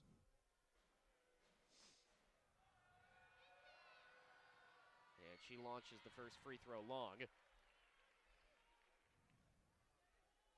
Buffalo leads the MAC in getting to the free throw line. They're 19th in the country, averaging almost 21 attempts per game. They're 8 for 10 at the line today, and now 9 of 11 with the make of the back end free throw by Beatty. Yeah, they don't just get to the line either. I mean, they knock down their free throws throughout their whole entire lineup. they all can shoot the free throw pretty well. Pass inside. Treader just got loose and lays it in behind the defense. Credit the assist to Singer. And it's 36-27 Buffalo. First time since a few minutes to go in the second quarter. Leads back inside single digits, but after a miss, Jordan Beatty cleans up the rebound for Buffalo. Following the miss by Watson early in the shot clock. 3 there from Treader with Beatty right in front of her, and she misses it. Buffalo getting out and running, and another travel on Cornfield. And that Achilles heel has crossed over into the second half for the Bulls. The dead ball turnovers for Buffalo just continue to happen, whether that's from travels or losing the ball out of bounds, anything. I mean, 13 giveaways by the Bulls. By my count, I believe that might have been the 7th travel as well. I believe so. DeFreeze slips it through for a cutting Gonzalez. High off the window from the left side, no good. Gets her own rebound in space and backs it out near Miami's bench on the far side. Between the legs on the dribble, she had it plucked away from her, but Beatty could not cleanly get the steal, and so she pounces on top of the basketball along with Gonzalez, and it will be a held ball, possession arrow in favor of the Bulls. And Gonzalez had the mismatch she wanted. She drew that mismatch with Beatty on her, but did not go in her favor like she expected that to. Lewis Williams across the timeline on the left wing. Now it's Laney Cornfield. Dishing off for Beatty just inside the arc. Bounce pass, straightaway Watson. Holding by her right shoulder. Fed across for Cornfield. Into the post it goes. Lewis Williams chips it outside for Hines, and she traveled on the way home. I've never seen something like this with the traveling.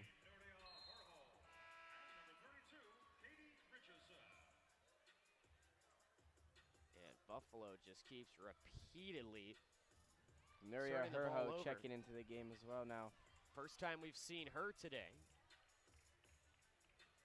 Sophomore out of Madrid, Spain, enters for the RedHawks along with Katie Richardson to take the places of Treader and DeFreeze. So a little bit of a smaller lineup out here for Miami right now. It's Chandler around a screen on the left side to the top of the key. Overhead pass, Herho, extra to the elbow extended for Gonzalez. Rainbow pass to the far side and Singer, and she went straight across looking for Herho, but it's off her hands and out of bounds. And the RedHawks cough it up. I believe this is the first time in today's game where Amber Treader has sat on the bench during playtime. I mean, her first real break. Yeah, 23 minutes. First time she's been on the bench. Hasn't been super effective scoring the ball. She's just 1 for 6 from the field, but she has 10 boards, along with 2 assists and 2 steals for the RedHawks. 6:40 to go, third quarter. Buffalo leads it by 11, 38-27. Cornfield dribble handoff on the far wing for Harness. Back to the near side now, Watson. Skips it up top, Cornfield with 9 to shoot. Races down the left lane. Back up top, Harness, 3 up top. She drills it. Tara Harness, the senior and Marshall transfer from New Carlisle, Ohio, buries the triple, and it's a 14-point Buffalo lead, 41-27. Now Richardson will try the 3. That had too much on it. Off the backboard and heel, and the rebound to Watson. Up ahead to the baseline, it is Hines. Nearly ran out of real estate, gets it back to the outside. Cornfield at the right elbow, slings for Harness. Wrap around into the post for Beatty. She will slither her way to the MAC logo and toss up a turnaround shot that falls off the right side of the rim. RedHawks have the rebound. Chandler threads the needle, bullies into the paint. Motor defender down, couldn't score. Bodies all over the place. RedHawks get an offensive rebound, and Herho is wide open to put it in. Shocked that there was no foul call on anybody there. Meanwhile, all the way in, an acrobatic move from Watson to put it up, and she misses. Gets her own rebound, though, and gets fouled. An interesting decision there by the refs. I mean, down there, 3 people laid on the floor, really physical on Miami's end, and then right there, the foul is drawn by Buffalo, and it really wasn't much contact at all.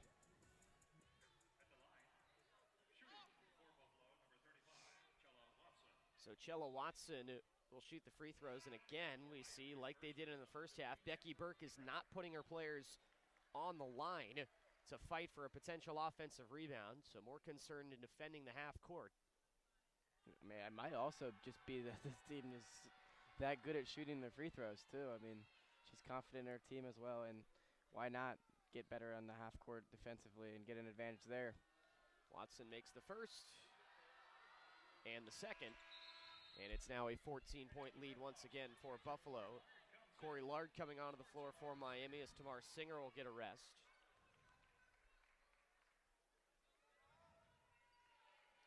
RedHawks have gone 10 deep so far off the bench. Buffalo has only played 8 players in the game. Corey Lard running the point for Miami, and across the timeline tried to find Gonzalez on the near side. It's deflected out of bounds. So it'll stay with the RedHawks and the inbound right in front of us. Lard slaps the basketball and puts it in for Treader, who's right back on the floor. Breather didn't take too long for the sophomore out of Ferdinand, Indiana, Amber Treader. Treader to Chandler, now Gonzalez. Far angle extended. Glenn Box waving his hands frantically on the Miami bench. Meanwhile, Treader ducks underneath on the baseline, gets the shot up and in, and will get fouled. Very late whistle there as it didn't come until that shot was pretty much all the way through and into the arms of Sewell, who grabbed it after it went through the basket. But that's an and one for Amber Treader, and she will go to the free throw line with a chance to cut it back down to an 11-point lead. Treader just such an important player on this team. I mean, you need her on the floor. This team's just so much better when she's on the floor, whether it's for rebounding purposes or leadership, anything. Full carry up the floor for Cornfield, who takes it to the rack and lays it in. Really didn't get touched en route. 45-32 the Buffalo lead. 4:52 left to go in the third. Treader, bullet pass near wing. Gonzalez, her three put up. That's off the mark and out of bounds, and that'll send us to immediate timeout. It'll be Buffalo basketball upon our return. Bulls lead it by 13, 45-32 with 4:44 left in quarter number 3. Back to Millett Hall after this. You're listening to Miami Basketball on Red Hawk Radio.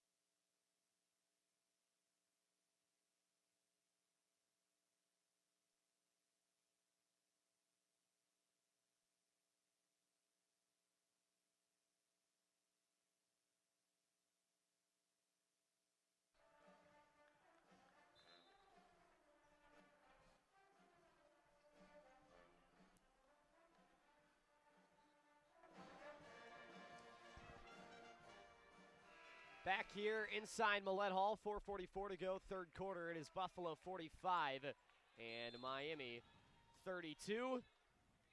Bulls basketball here coming out of the timeout following the RedHawks shot miss, and Buffalo trying to re-extend this lead that was as high as 18 in the first half. Cornfield crossing over on Lard, pivots, edge of the paint, and will whip it back outside. Sinota Hines, post-entry pass, Sewell ducking, put a shot through contact past Treader. It wouldn't go, got an offensive rebound, but she stepped on the baseline in the process, and so Miami will have it back. So the RedHawks get the stop. 4:20 to go, third quarter. Miami's gone cold from three once again. They're 5 for 26 now for the game, and one of their last 9 after an okay shooting second quarter. They're 0 for 4 here in the third. Schroeder overhead to Corey Lard on the near wing. Steps up to the key, back to the near angle. It is Gonzalez with 9 to shoot. Threw it away, but Herho saves it from heading out of bounds. 4 left to go. Herho drives, floats it up, and in off the window. With 1 left on the shot clock, Nuria Herho with her second basket of the game. Quick 3 put up, and that rattles off from the left side for Chella Watson. Contact on the rebound. RedHawks end up with it. Chandler in the corner went up. Might have gone up and down there. Instead, she works her way to the elbow and knocks down the mid-range jumper. So Miami wanted a foul under the basket, but might have got away with one immediately afterwards. And that's sports for you right there. Yeah, Chandler gets away with kind of a jump-up dribble move, and it's now 45-36 Buffaloes. It's back within 10. Cornfield down the right lane. Threw her head back, kicks outside. Hines has the return feed, fakes the 3, cuts to the mid-range, pull-up jumper, well short. Just caught a piece of the glass, and that's it, and the RedHawks have the rebound. Lard on the far wing, picks up her dribble. Slings it for Chandler from the corner, slashes across, and gets fouled. Ariana Sewell will be called for it, and that's her third. Second foul for Buffalo of the third quarter. And Miami will inbound from the far side baseline. 2:52 remaining in quarter 3. Buffalo 45, Miami 36. Our score. RedHawks have only led this game 2-0. Again, after that 2-0 lead, they suffered a 20-0 run that got the lead out to 18 for the Bulls. Fought back, though, in the second quarter. They trailed by 10 at half and now trail by 9 with under 3 minutes to go in the third. Inbounds pass, lifted outside for Herho, who catches it at the key. Between the circles now, it's Chandler, directing traffic inside, heading left, stopping at the elbow, backing beyond the arc once again. Glenn Box wants her to go. Chandler heads in, slings to the near wing. Herho puts up a 3, it wouldn't go, and a foul on Buffalo on the rebound as Amber Treader caught some contact. The Bulls got the ball. And that's all from Amber Treader, just working, just not giving up on the play, not giving up on the ball. That's what she's done all season and especially today. And that's where she drew that foul there. I mean, just working. Yeah, it'll go against Davis. He's got very limited time in this game. Actually, he started for the bulk of the year for Buffalo. Haven't seen much of her so far this afternoon. 45-36, I should say. Buffalo in front. 2:25 to go in the third. Handoff on the left wing, Corey Lard. 5 left on the timer for Miami. Inside, she finds a cutting Chandler who gets fouled. Great pass. Becky Burke does not like the call. Foul goes against Lewis Williams. That's her second, and now Buffalo's got 4 fouls. So bonus coming up with the next foul in the third quarter for Miami. And Maya Chandler will go to the free throw line. 83% from the stripe on the year. Miami has shot just 3 free throws in the game compared to Buffalo's 13, and Chandler puts through the first one to get the lead down to 8. Now the RedHawks not worried about getting offensive rebounds on the free throws. They're backing up and guarding the half court. And they won't need it as Chandler makes the free throw on the back end as well, and it is a 7-point game, 45-38. Lead hasn't been this small since the Bulls got it out to double digits initially way back in the first quarter. Pivoting around. Lewis Williams, far side of the paint, Swarm, hands it off, and underneath the foul call as Davis caught some contact. And we'll see who they get for Miami. It will be Schroeder that picks it up, and that's her third. Interesting to see if they keep Schroeder in the game here now with 3 fouls late in the third quarter. I mean, she's just been such a threat all day. This team really runs through her, so interesting to see what Glenn Box does. It looks like he's going to leave her out there. Yep, Davis makes the first free throw. Second one put up and through for Alexis Davis. And the sophomore out of Woodbury, New Jersey, has got the Bulls back in front by 9. Schroeder up top beyond the arc. Finds Lard near side. Dribbling to her right. Picks up her dribble. Short pass to her right. It's Chandler to the elbow. Back outside Lard. 3 put up. 3 too long. Rebound to the corner, and Herho ends up with it. Miami resets.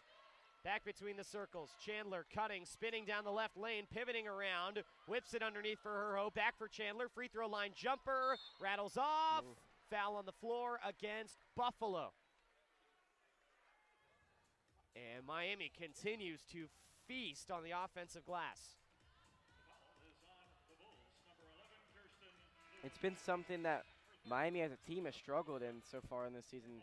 I believe they're one of the bottom teams in rebounding in the whole entire conference, so just really something to build off of, obviously. I mean, going later into the season, going into this postseason, if they can get their rebounding numbers up, this team really could be a huge threat in the tournament. Miami's in the bonus now, so Schroeder's at the line. She makes the first free throw. Yeah, Miami's +1 in rebounding margin, which is 8th in the MAC on the season. Schroeder makes the second free throw as well. 47-40.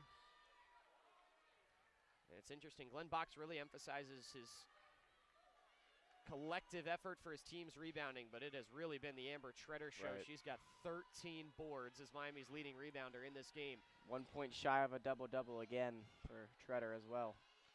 15th career double-double last game against Akron on Wednesday. 47-40 Buffalo, minute 5 to go in the quarter. Nice pass threaded through from Cornfield. It finds Davis on the left side of the basket, and she puts it in. Under a minute to go in the third quarter, 49-40 the Buffalo lead.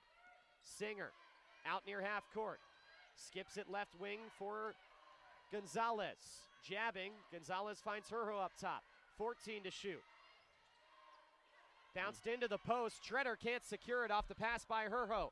Buffalo out and running. They'll try to roll it into the paint. A bounce pass that ended up just tumbling up the floor, and it'll go out of bounds as Cornfield couldn't pick it up. And Miami will get possession. RedHawks can't quite hold for the final shot here, but they can get it close. Shot and game clocks separated by 6 seconds with 31 seconds remaining in the third. 49-40 Buffalo in front. Schroeder. Hands for Singer. Downhill. Kick to the corner. Herho wide open 3. Falls short. Rebound out. Fought for. Picked up by Buffalo. Shot clock off. Baseball pass ahead. It finds Hines, but Buffalo turns it over. 12 seconds to go. Long pass ahead. Chandler one-on-one to the basket. Lays it too strong. Herho the putback. That goes. 5 seconds to go. Buffalo with a chance for a heave. Watson running. Gets into the arc. Euros. Finger rolls and scores at the buzzer. What a game we've got going on. Just fireworks. Well, that was a furious final minute, but that is a brutal break to take for Miami at the end as the RedHawks, I think, just thought the quarter was over. Yeah. Making that shot with 6 seconds left. I said I thought it was going to be a heave for Watson. Yeah, she ran the whole floor. It was a layup. They're checking now at the monitor to see if she got it in time. I think she got it clearly in time. It was about a second left on the clock when it was coming off her fingertips. So a finger roll to finish the quarter. Not the way that Miami wanted that one to end, but climbing slowly but surely. They outscore Buffalo 17-16 in the third, and they will go to the fourth with the ball first, down by 9. 51-42 our score. 10 minutes left on the clock. The conclusion on the way from Millett Hall. You're listening to Miami Basketball on Red Hawk Radio.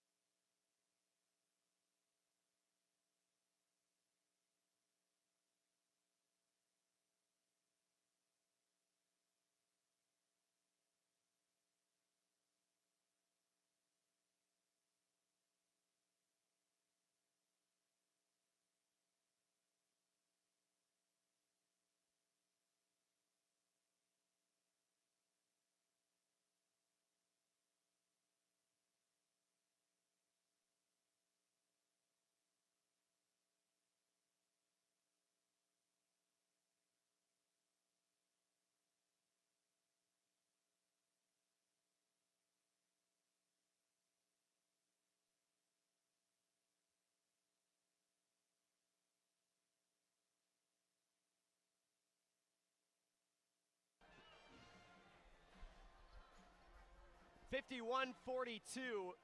Buffalo leads it coming into the fourth quarter. It's Miami's possession first. Luke West, Poley, Gavin Stark with you. Back and forth third quarter. RedHawks ended up +1 after trailing by 10 at the half. And now will try to dig themselves out of what was once an 18-point hole here in quarter number 4. To the offensive end goes Miami. Angelina Gonzalez leading the RedHawks with 15. Now Chandler steps up. Second hash on the left side of the paint, puts up a shot. It wouldn't go, but another foul on Buffalo on their defensive glass. Just another foul drawn in the paint by the RedHawks, and Amber Treader, I mean, was the focal point of that one, of course, again. And you get credit for a rebound when that happens. So Treader now has 9 offensive rebounds Unreal. in the game and 14 total. RedHawks with another chance. It's Gonzalez to the near side. Herho.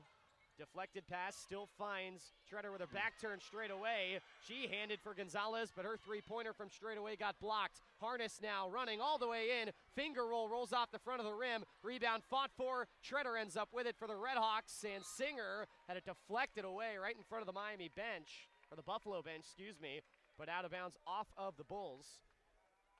And so it'll be RedHawk basketball. Becky Burke has been in the ear of the officials all half long.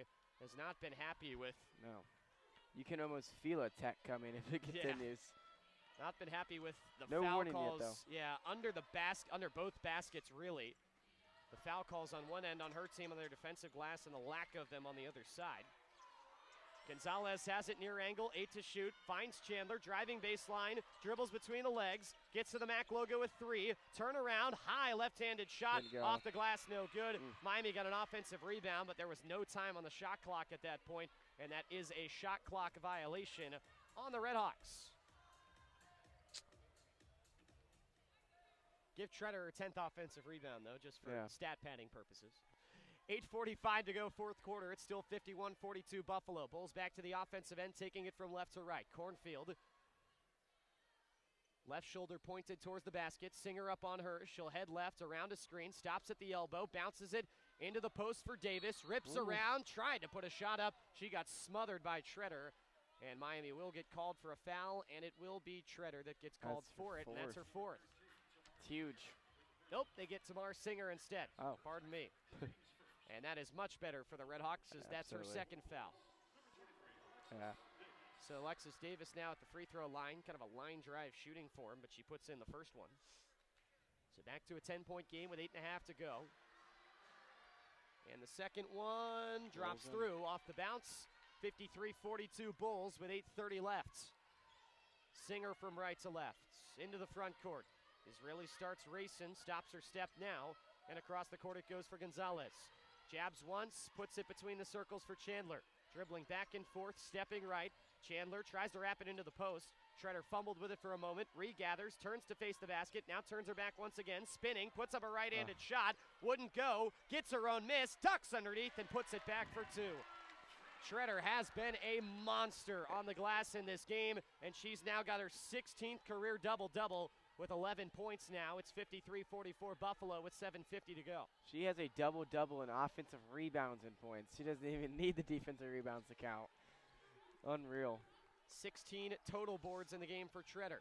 Cornfield racing down the right lane, catches the contact, puts it up. It drops 3/4 of the way down, but wouldn't go. Watson jumps in the way of the passing lane, though. As Miami tried to push up the court, and she'll knock it out of bounds into the Buffalo bench. It'll stay with the RedHawks with 7:34 to go in the game. All right, Miami can get this down to maybe 2 possessions here. RedHawks have slowed the three-point shooting a little bit as they shot 22 from deep in the first half. They've only taken 8 attempts so far, but Treader double dribbles as she took it up the floor. She was getting swarmed. Only 8 attempts from 3, I should say, in the second half so far for Miami. But some suffocating defense there from Buffalo. And Miami will turn it over. Glenn Boxes, he is furious. He is out on the floor. I think he said he was trying to potentially get a timeout, is what he was arguing.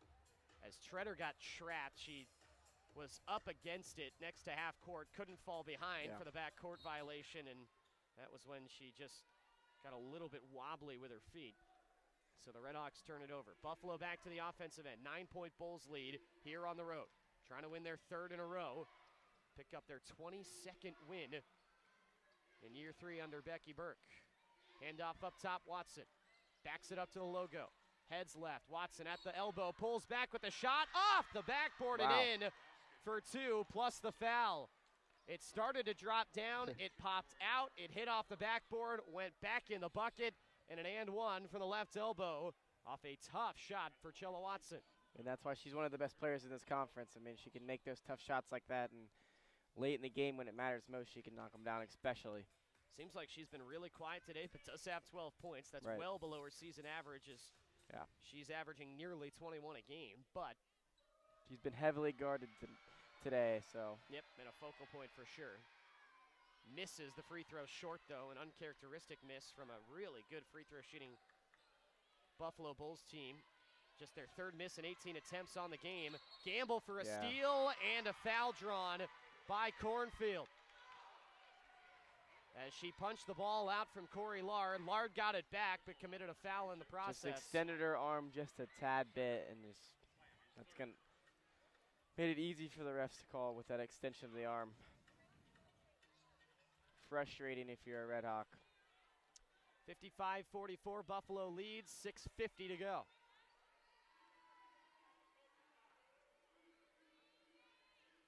Cornfield just holding it at the logo. Senior and Buffalo native. Between the legs on the dribble twice, just running this clock down. 10 on the timer, she nods her head. Now the Bulls start to move inside. Cornfield to the left elbow, now works her way right. Tried to scoop it underneath, looking for Davis. It got knocked away. RedHawks work in transition.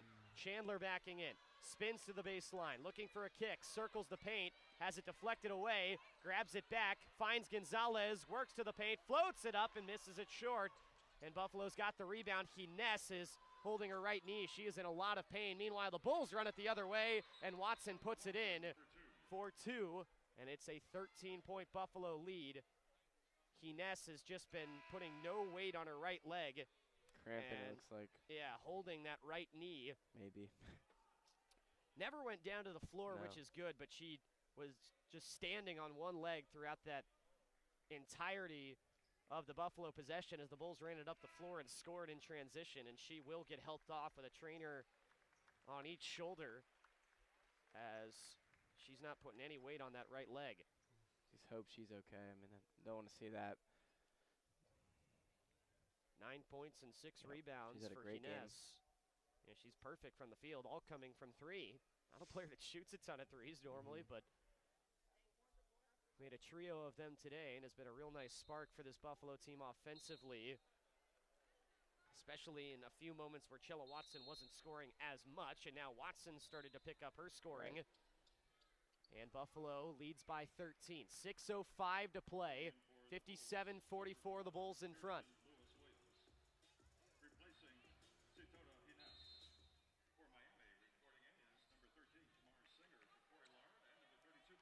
All right, the RedHawks take it from right to left. Singer behind the back on her dribble. Finds Gonzalez, right side of the key. Gonzalez crosses it to the near corner for Chandler, slashing in and getting fouled. Sarah Harness will get called for it. That's the second team foul, second personal. This possession just feels big for Miami, and with momentum-wise, I mean, you can't really totally get out of this one yet. You're down 13. You need to just have an answer here, really. Just keep fighting. 2:18 since Miami's last bucket. Down by 13 with 5.5 to play. RedHawks tried to wrap it into the post, and Singer was looking for Richardson, threw it into the foot of Cornfield, so that's a kick ball. And Miami will get a fresh 20 to work with. Inbound to the far corner. It is Chandler. Backing it out, cutting down the left lane, kicks to an open Singer, and can't knock down the 3. Rebound to Watson. Great look for Miami, and again, it just won't drop. Cutting across, a pass up to the free throw line, and Cornfield is perfect on the jumper. Cornfield up to 10 points in the game. Second bull in double figures. 15-point Buffalo lead with 5:08 to go. Richardson, far corner three, way too strong and airballed. Ended up in the arms of Amber Treader, who has it plucked out of bounds by Watson, but Miami keeps it. 19 rebounds now for Treader. For Treader, that's a new career high, previously 17 against Western Michigan. Catches the inbound and hoists up a three and got it. Really needed that one if you're Miami. Timeout Glenn Box. As the RedHawks trim it back down to a 12-point lead for Buffalo. That inbounds pass just went straight into Treader. It took one step back and nailed the three. And Treader is doing it all for Miami right now. 14 points, 19 rebounds, 2 assists and 3 steals. And that will send the teams to their huddles with 4:59 to play. 59-47, Buffalo in front. You're listening to Miami Basketball on RedHawk Radio.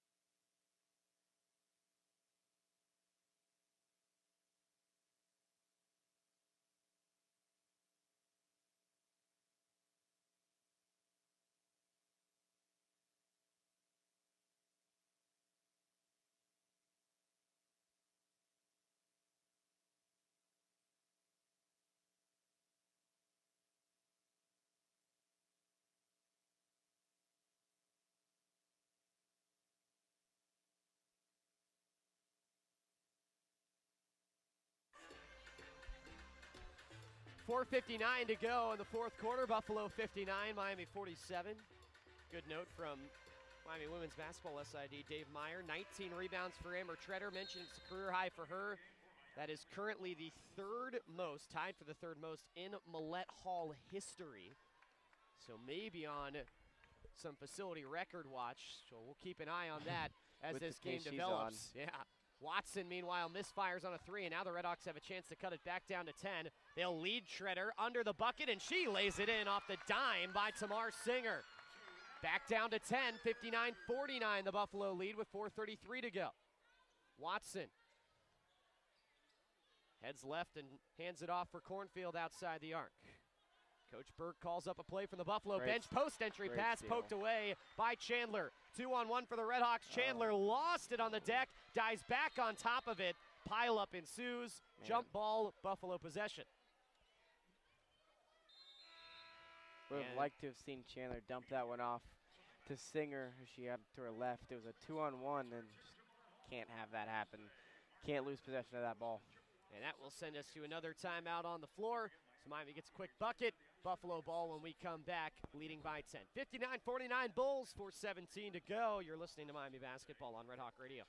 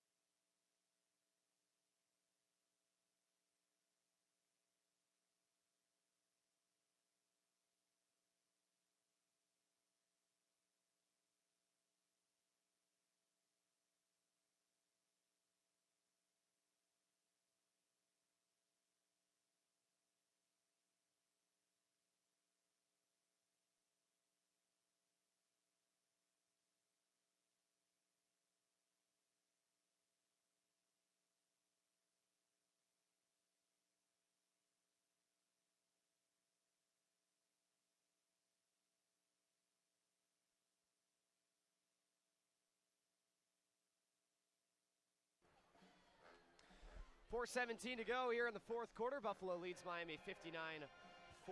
Just a reminder, coming up after the game, Sean Wiesemann has a Red Hawk Radio post-game to get you wrapped up. It's not our final game of the day. We'll have the nightcap over from Katie Arena. As the Miami hockey team takes on defending national champion Denver for the second straight night to wrap up the series. Coverage begins at 5:35 with the pregame show puck drop at 6 tonight.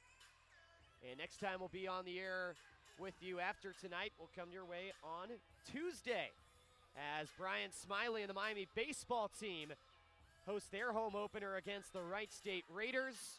First pitch at 3 o'clock from McKee Field on Tuesday afternoon. And we'll also have the weekend series along with every other home game this season for the Miami baseball team. RedHawks will host NKU at McKee Field at Hayden Park next weekend. RedHawks victors in game one of the doubleheader earlier today. Took down East Tennessee State 10-2. That series was shuffled around a bit due to weather. They did not play as they were scheduled to yesterday, so they'll play a second game later this afternoon and get that series wrapped up on Sunday tomorrow.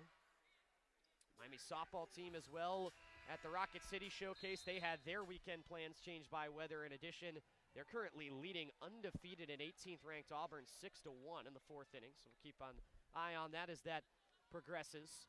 Back to action on the hardwood, 59-49 Buffalo in front with 4:05 to go. Bulls have it on the offensive end. It's Davis from the top of the key, feeding near wing for Harness. Takes one step to her left and now gives for Hines. Good to see her back on the floor after she left due to an apparent knee injury a couple minutes ago. Just passing it around the arc for Buffalo and a foul whistled inside against Miami. It'll go against Chandler.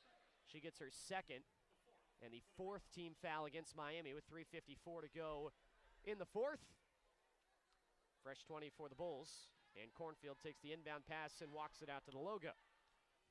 Dribbling with her right hand, Singer steps up on her. Cornfield now spins and heads left. Now turning to her right, Singer guarding her. Cornfield dumps it off into a three-point attempt by Harness. That was pushed long.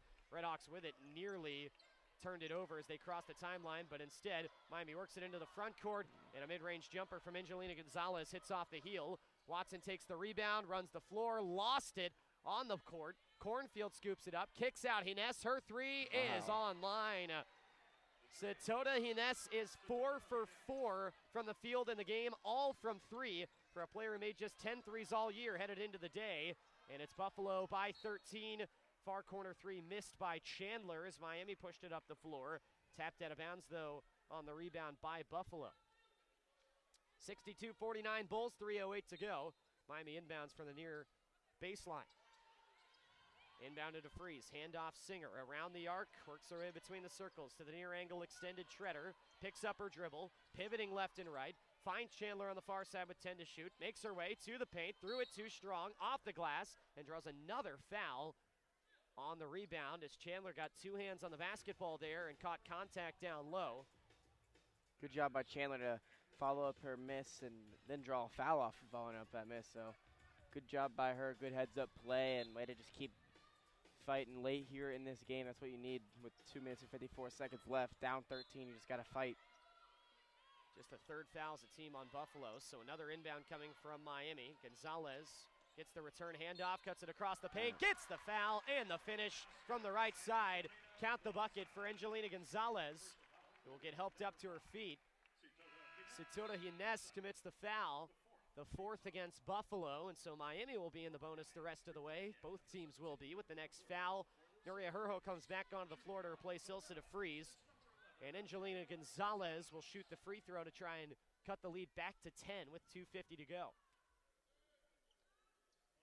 And it pops out on her. Watson on the rebound for Buffalo. Left to right, up the floor.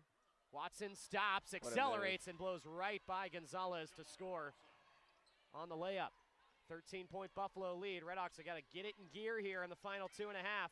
Gonzalez tried to put it into the post for Treader, and it got tapped away. Buffalo forces the turnover. Cornfield up ahead. Becky Burke wants them to slow down, but they don't, and a travel is whistled against Tara Harness, and Becky Burke on the sideline, you can see just pointing to her head there with 2:25 left and a 13-point lead. Best to run the shot clock down more than anything else, and Buffalo fails to do so. Miami coughs the ball up, though, immediately as Singer gives it away. And Buffalo's right back into the front court, and now Cornfield's going to slow things down, which will run the clock below 2 minutes. 13-point Bulls lead, 2:06 to go in the game. Near side, it's Watson.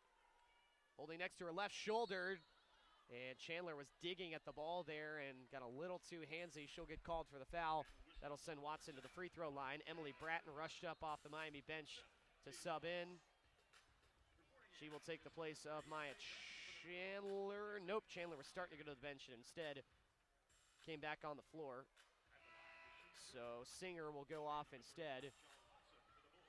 And now Lucretia Edwards brought up for Miami to come on, and that will take Chandler to the bench. Watson will shoot 2 free throws.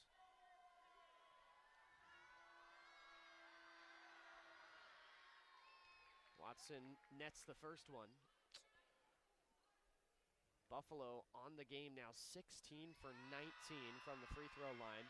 They lead by 14 with 2:01 to play as Watson swirls in the second free throw. 66-51, the score with under 2 minutes to go. Bratton running the point for Miami. The freshman finds Treader, and a timeout by Glenn Box as the RedHawks are passing it around the outside. 1:52 to go, Miami down 15, 66-51, and Glenn Box calls his penultimate timeout. And so both teams will huddle up for a quick 30-second timeout. Ben Wiersma's got the whiteboard out, drawn up a set on the Miami bench. For the RedHawks, this could spell the end of the win streak for a Miami team that will be on the road for both of their games next week against Eastern Michigan and Ohio. 2 teams, though, that Miami thrashed in the opening meetings. With both of those teams, they'll then be back home against Central Michigan and Northern Illinois. And all things considered, that is a pretty light schedule for your final 4 games if you're the RedHawks. For Buffalo, meanwhile, they will have a Toledo team that handed Ball State their only loss in conference coming up on the road on Wednesday. So a little bit of a tougher schedule down the stretch here for the Bulls. Pass to the corner off the inbound. Herho wide open for 3, but misses it short. RedHawks get another offensive rebound for Emily Bratton. Into the post for Treader. Draws the foul. Can't quite get it over the height of the rim. But she will get 2 shots at the free throw line instead. Yeah, Buffalo coming in. This is a good Bulls team. They're 10-3 in the conference, but they still got to play Toledo and Ball State, both on the road in their final 4 games as Treader misfires. It's a really good race in the MAC. Yeah, it is. Ball State, the runaway favorites. But much like the Toledo men, got an erroneous horn there as the shot fell off and Treader goes 0 for 2 for the stripe. Much like the Toledo men, Ball State women have dominated in the regular season. Could not say the same for what they've done in Cleveland. Got upset last year after being heavy favorites to win the MAC tournament. They'll be heavy favorites again in Cleveland this year. We'll see if the Cardinals can finally punch their ticket to the big dance. Got to win the MAC tournament. That's what matters most. 3 games in 3 days in Cleveland in mid-March. Cornfield to the inside at the death of the shot clock. Tosses it up off the heel. Offensive rebound and a foul as Davis got 2 hands on the basketball. For Miami, meanwhile, haven't clinched yet. The men just clinched last night. They'll be in Cleveland, but the women look like they will be on their way, barring a late season collapse, to Rocket Mortgage Fieldhouse. And hoping they can pick up some wins here down the stretch, as they will likely drop to 16-9 overall and 8-6 in the conference. Alexis Davis at the free throw line and rolls in the first free throw. It's a Buffalo team that looks very scary as well. They've got a lot of freshmen and sophomores that play big roles. They're under a 3rd-year head coach in Becky Burke. Could have went undefeated in non-conference had they won their 2nd game of the MAC Sunbelt Challenge last weekend against Coastal Carolina. So they went unbeaten in the first half of the season, but unfortunately lost that one on the road to the Chanticleers. 3 on the right side, knocked down by Lucretia Edwards. It's not going to matter here at this rate for Miami. We're inside the final minute. 68-54, Buffalo leads. And the Bulls will run one final set here, presumably, before this game comes to an end. Cornfield down the left lane, and she traveled. Kind of a fitting way, as good as things have been for the Bulls, for things to end, as they have turned it over now 22 times. That's not going to make the coaching staff very happy. It's a Bulls team that is going to finish well under their scoring average, but really did some good things defensively in this game. Bratton dribbles it off the foot of her defender there in Davis. So Buffalo will pull it back into the front court, and they will have to get a shot up here as the shot and game clocks are separated by 3 seconds. 20 seconds to go, Bulls by 14. Just a game where Miami just really kind of lost it in the first quarter on that 20-0 run, and it was just a lot to come back from. It was a game of runs throughout the whole entire game, and Miami just didn't have enough at the end of it. Cornfield misses the jumper. RedHawks get the rebound. Heave at the buzzer by Bratton won't go. That was Tretter's 20th rebound, by the way, which is now second in Millett Hall history for most in a game in this storied venue, but it wasn't enough for the Miami RedHawks. Fueled by a 20-point first quarter against a Miami team that hasn't given up 80 all year. Buffalo's scoring pace slowed down, but that offensive fury was all they needed to fuel them to the initial lead. They take it all the way to the finish line after they trailed just once at 2-0. Buffalo picks up a win here on the road. Final score 68-54 in favor of Buffalo. Miami will be on the road for their next 2 games. 2 more coming up at home after that to close out the regular season slate. RedHawks next in action at 6:30 p.m. on Wednesday against the Eagles of Eastern Michigan. And you kind of already alluded to it, Gavin, as that game came to an end, but really just shot yourself in the foot with what you did in that first quarter, going down by 18 points early on. Miami did some good things later on in this game. They dominated on the glass. Statistically, it's only going to show as a +2 rebounding advantage, 39-37, but they missed 50 field goals in this game. They were 20 for 70 on the game, and so obviously had the shooting been a lot more even, it would have looked a lot more dominant for the RedHawks in the rebounding category, but just wasn't enough. Shooting days like this are going to happen, and for Miami, they dug a hole and couldn't get out of it. And you as talked this game about came it. to an end. You talked about it at the beginning of the game. I mean, this is a Miami team that shot 9 for 34 for 3 against this Buffalo team last time they met, and then this time it's 7 for 36. So it got worse actually. So just both times they played Buffalo, just not shooting it to their best. You know, just not their best shooting days. But you hope they meet this team again in March in Cleveland. I mean, that's all you can really ask for is opportunity. Certainly hope so. Miami's win streak comes to an end at a season-high 5. They'll look to start a new streak against Eastern Michigan and Ohio on the road coming up next week. We'll take a break, and when we come back, Sean Wiesemann has her post-game to get you wrapped up on the day. And just a reminder again, in about 3.5 hours, we'll be coming at you for pregame coverage from Katie Arena at the Goggin Ice Center. 5:35 pregame, 6:05 puck drop for Miami and Denver hockey to close out the night here on Red Hawk Radio. Thanks so much for tuning in. For Gavin Stark, I'm Luke West Poley saying so long. Buffalo beats Miami 68-54. Thanks for tuning into this presentation of Miami basketball on Red Hawk Radio. Postgame coming up next.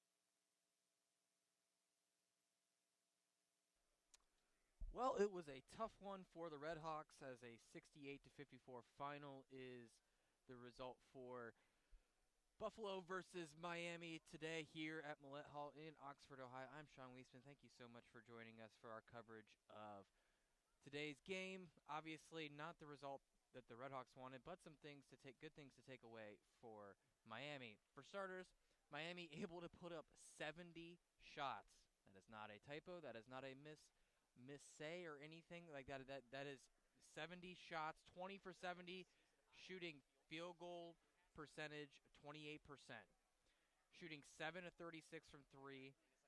I mean, that's got to be that. You got to imagine that's some kind of record for Miami, as they were led by Juliana Gonzalez, 17 on 7 of 15 shooting. Amber Tretter, 4 of 10 shooting. She had herself one of her best games of her career with 20 rebounds, including 12 offensive rebounds, 14 points for the sophomore from Ferdinand, Indiana. And then Maya Chandler, unfortunately, had just one of probably her worst game of her college career. She went 3 of 19, including 2 of 10 from beyond the arc. with 2 rebounds and 10 points total. Unfortunately, that was kind of the story of today, is not a lot of shooting. Tamar Singer 1 of 5 in 29 minutes played, 0 for 3 from 3 for 3 points for Tamar Singer, and then Elsa DeFries 1 of 6 with 2 points in 14 minutes played, and 3 other players had multiple shots and no made field goals for the RedHawks. Unfortunately, it was that kind of shooting day, and you speak to that, and then you also talk about the discrepancy once again, as it was in the first matchup with the free throw shooting for the RedHawks in Buffalo. Buffalo was 19 of 22 from the free throw line. RedHawks 7 of 10. As we know too, that the free throws were a big part of the first matchup, and obviously now the second matchup a big part. But at the end of the day, it was just a really poor shooting day and a really hot start from Buffalo that was ultimately able to make things happen for the Bulls, and they were able to pull off a 68-54 win as they were able to secure themselves their 22nd victory, matching the career high of Division I wins for Coach Brecky Berg in her career, as she was able to score 22 wins in her last season at South Carolina Upstate. As for Buffalo had themselves a pretty okay game. Shella Watson 6 of 13, including 0 of 3 from 3, but able to make 6 of 7 free throws. Had 11 rebounds, including a couple offensive rebounds, and a block and a steal and 18 points. So despite her only being a little below her season average, she was able to really contribute offensively. And then, we talked about how, Cornfield and Lewis Williams are going to have to be big contributors, you would assume. Well, it turns out they did need to be big contributors.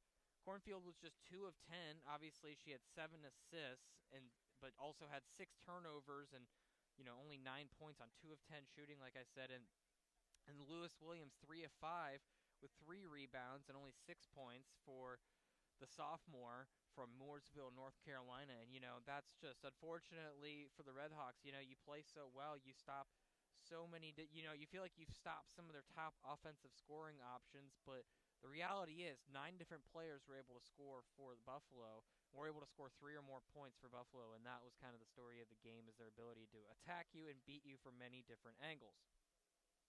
Well, we appreciate you listening to Red Hawk Radio here at Millett Hall. I am Sean Wiesemann. Take it easy and have a great rest of your day.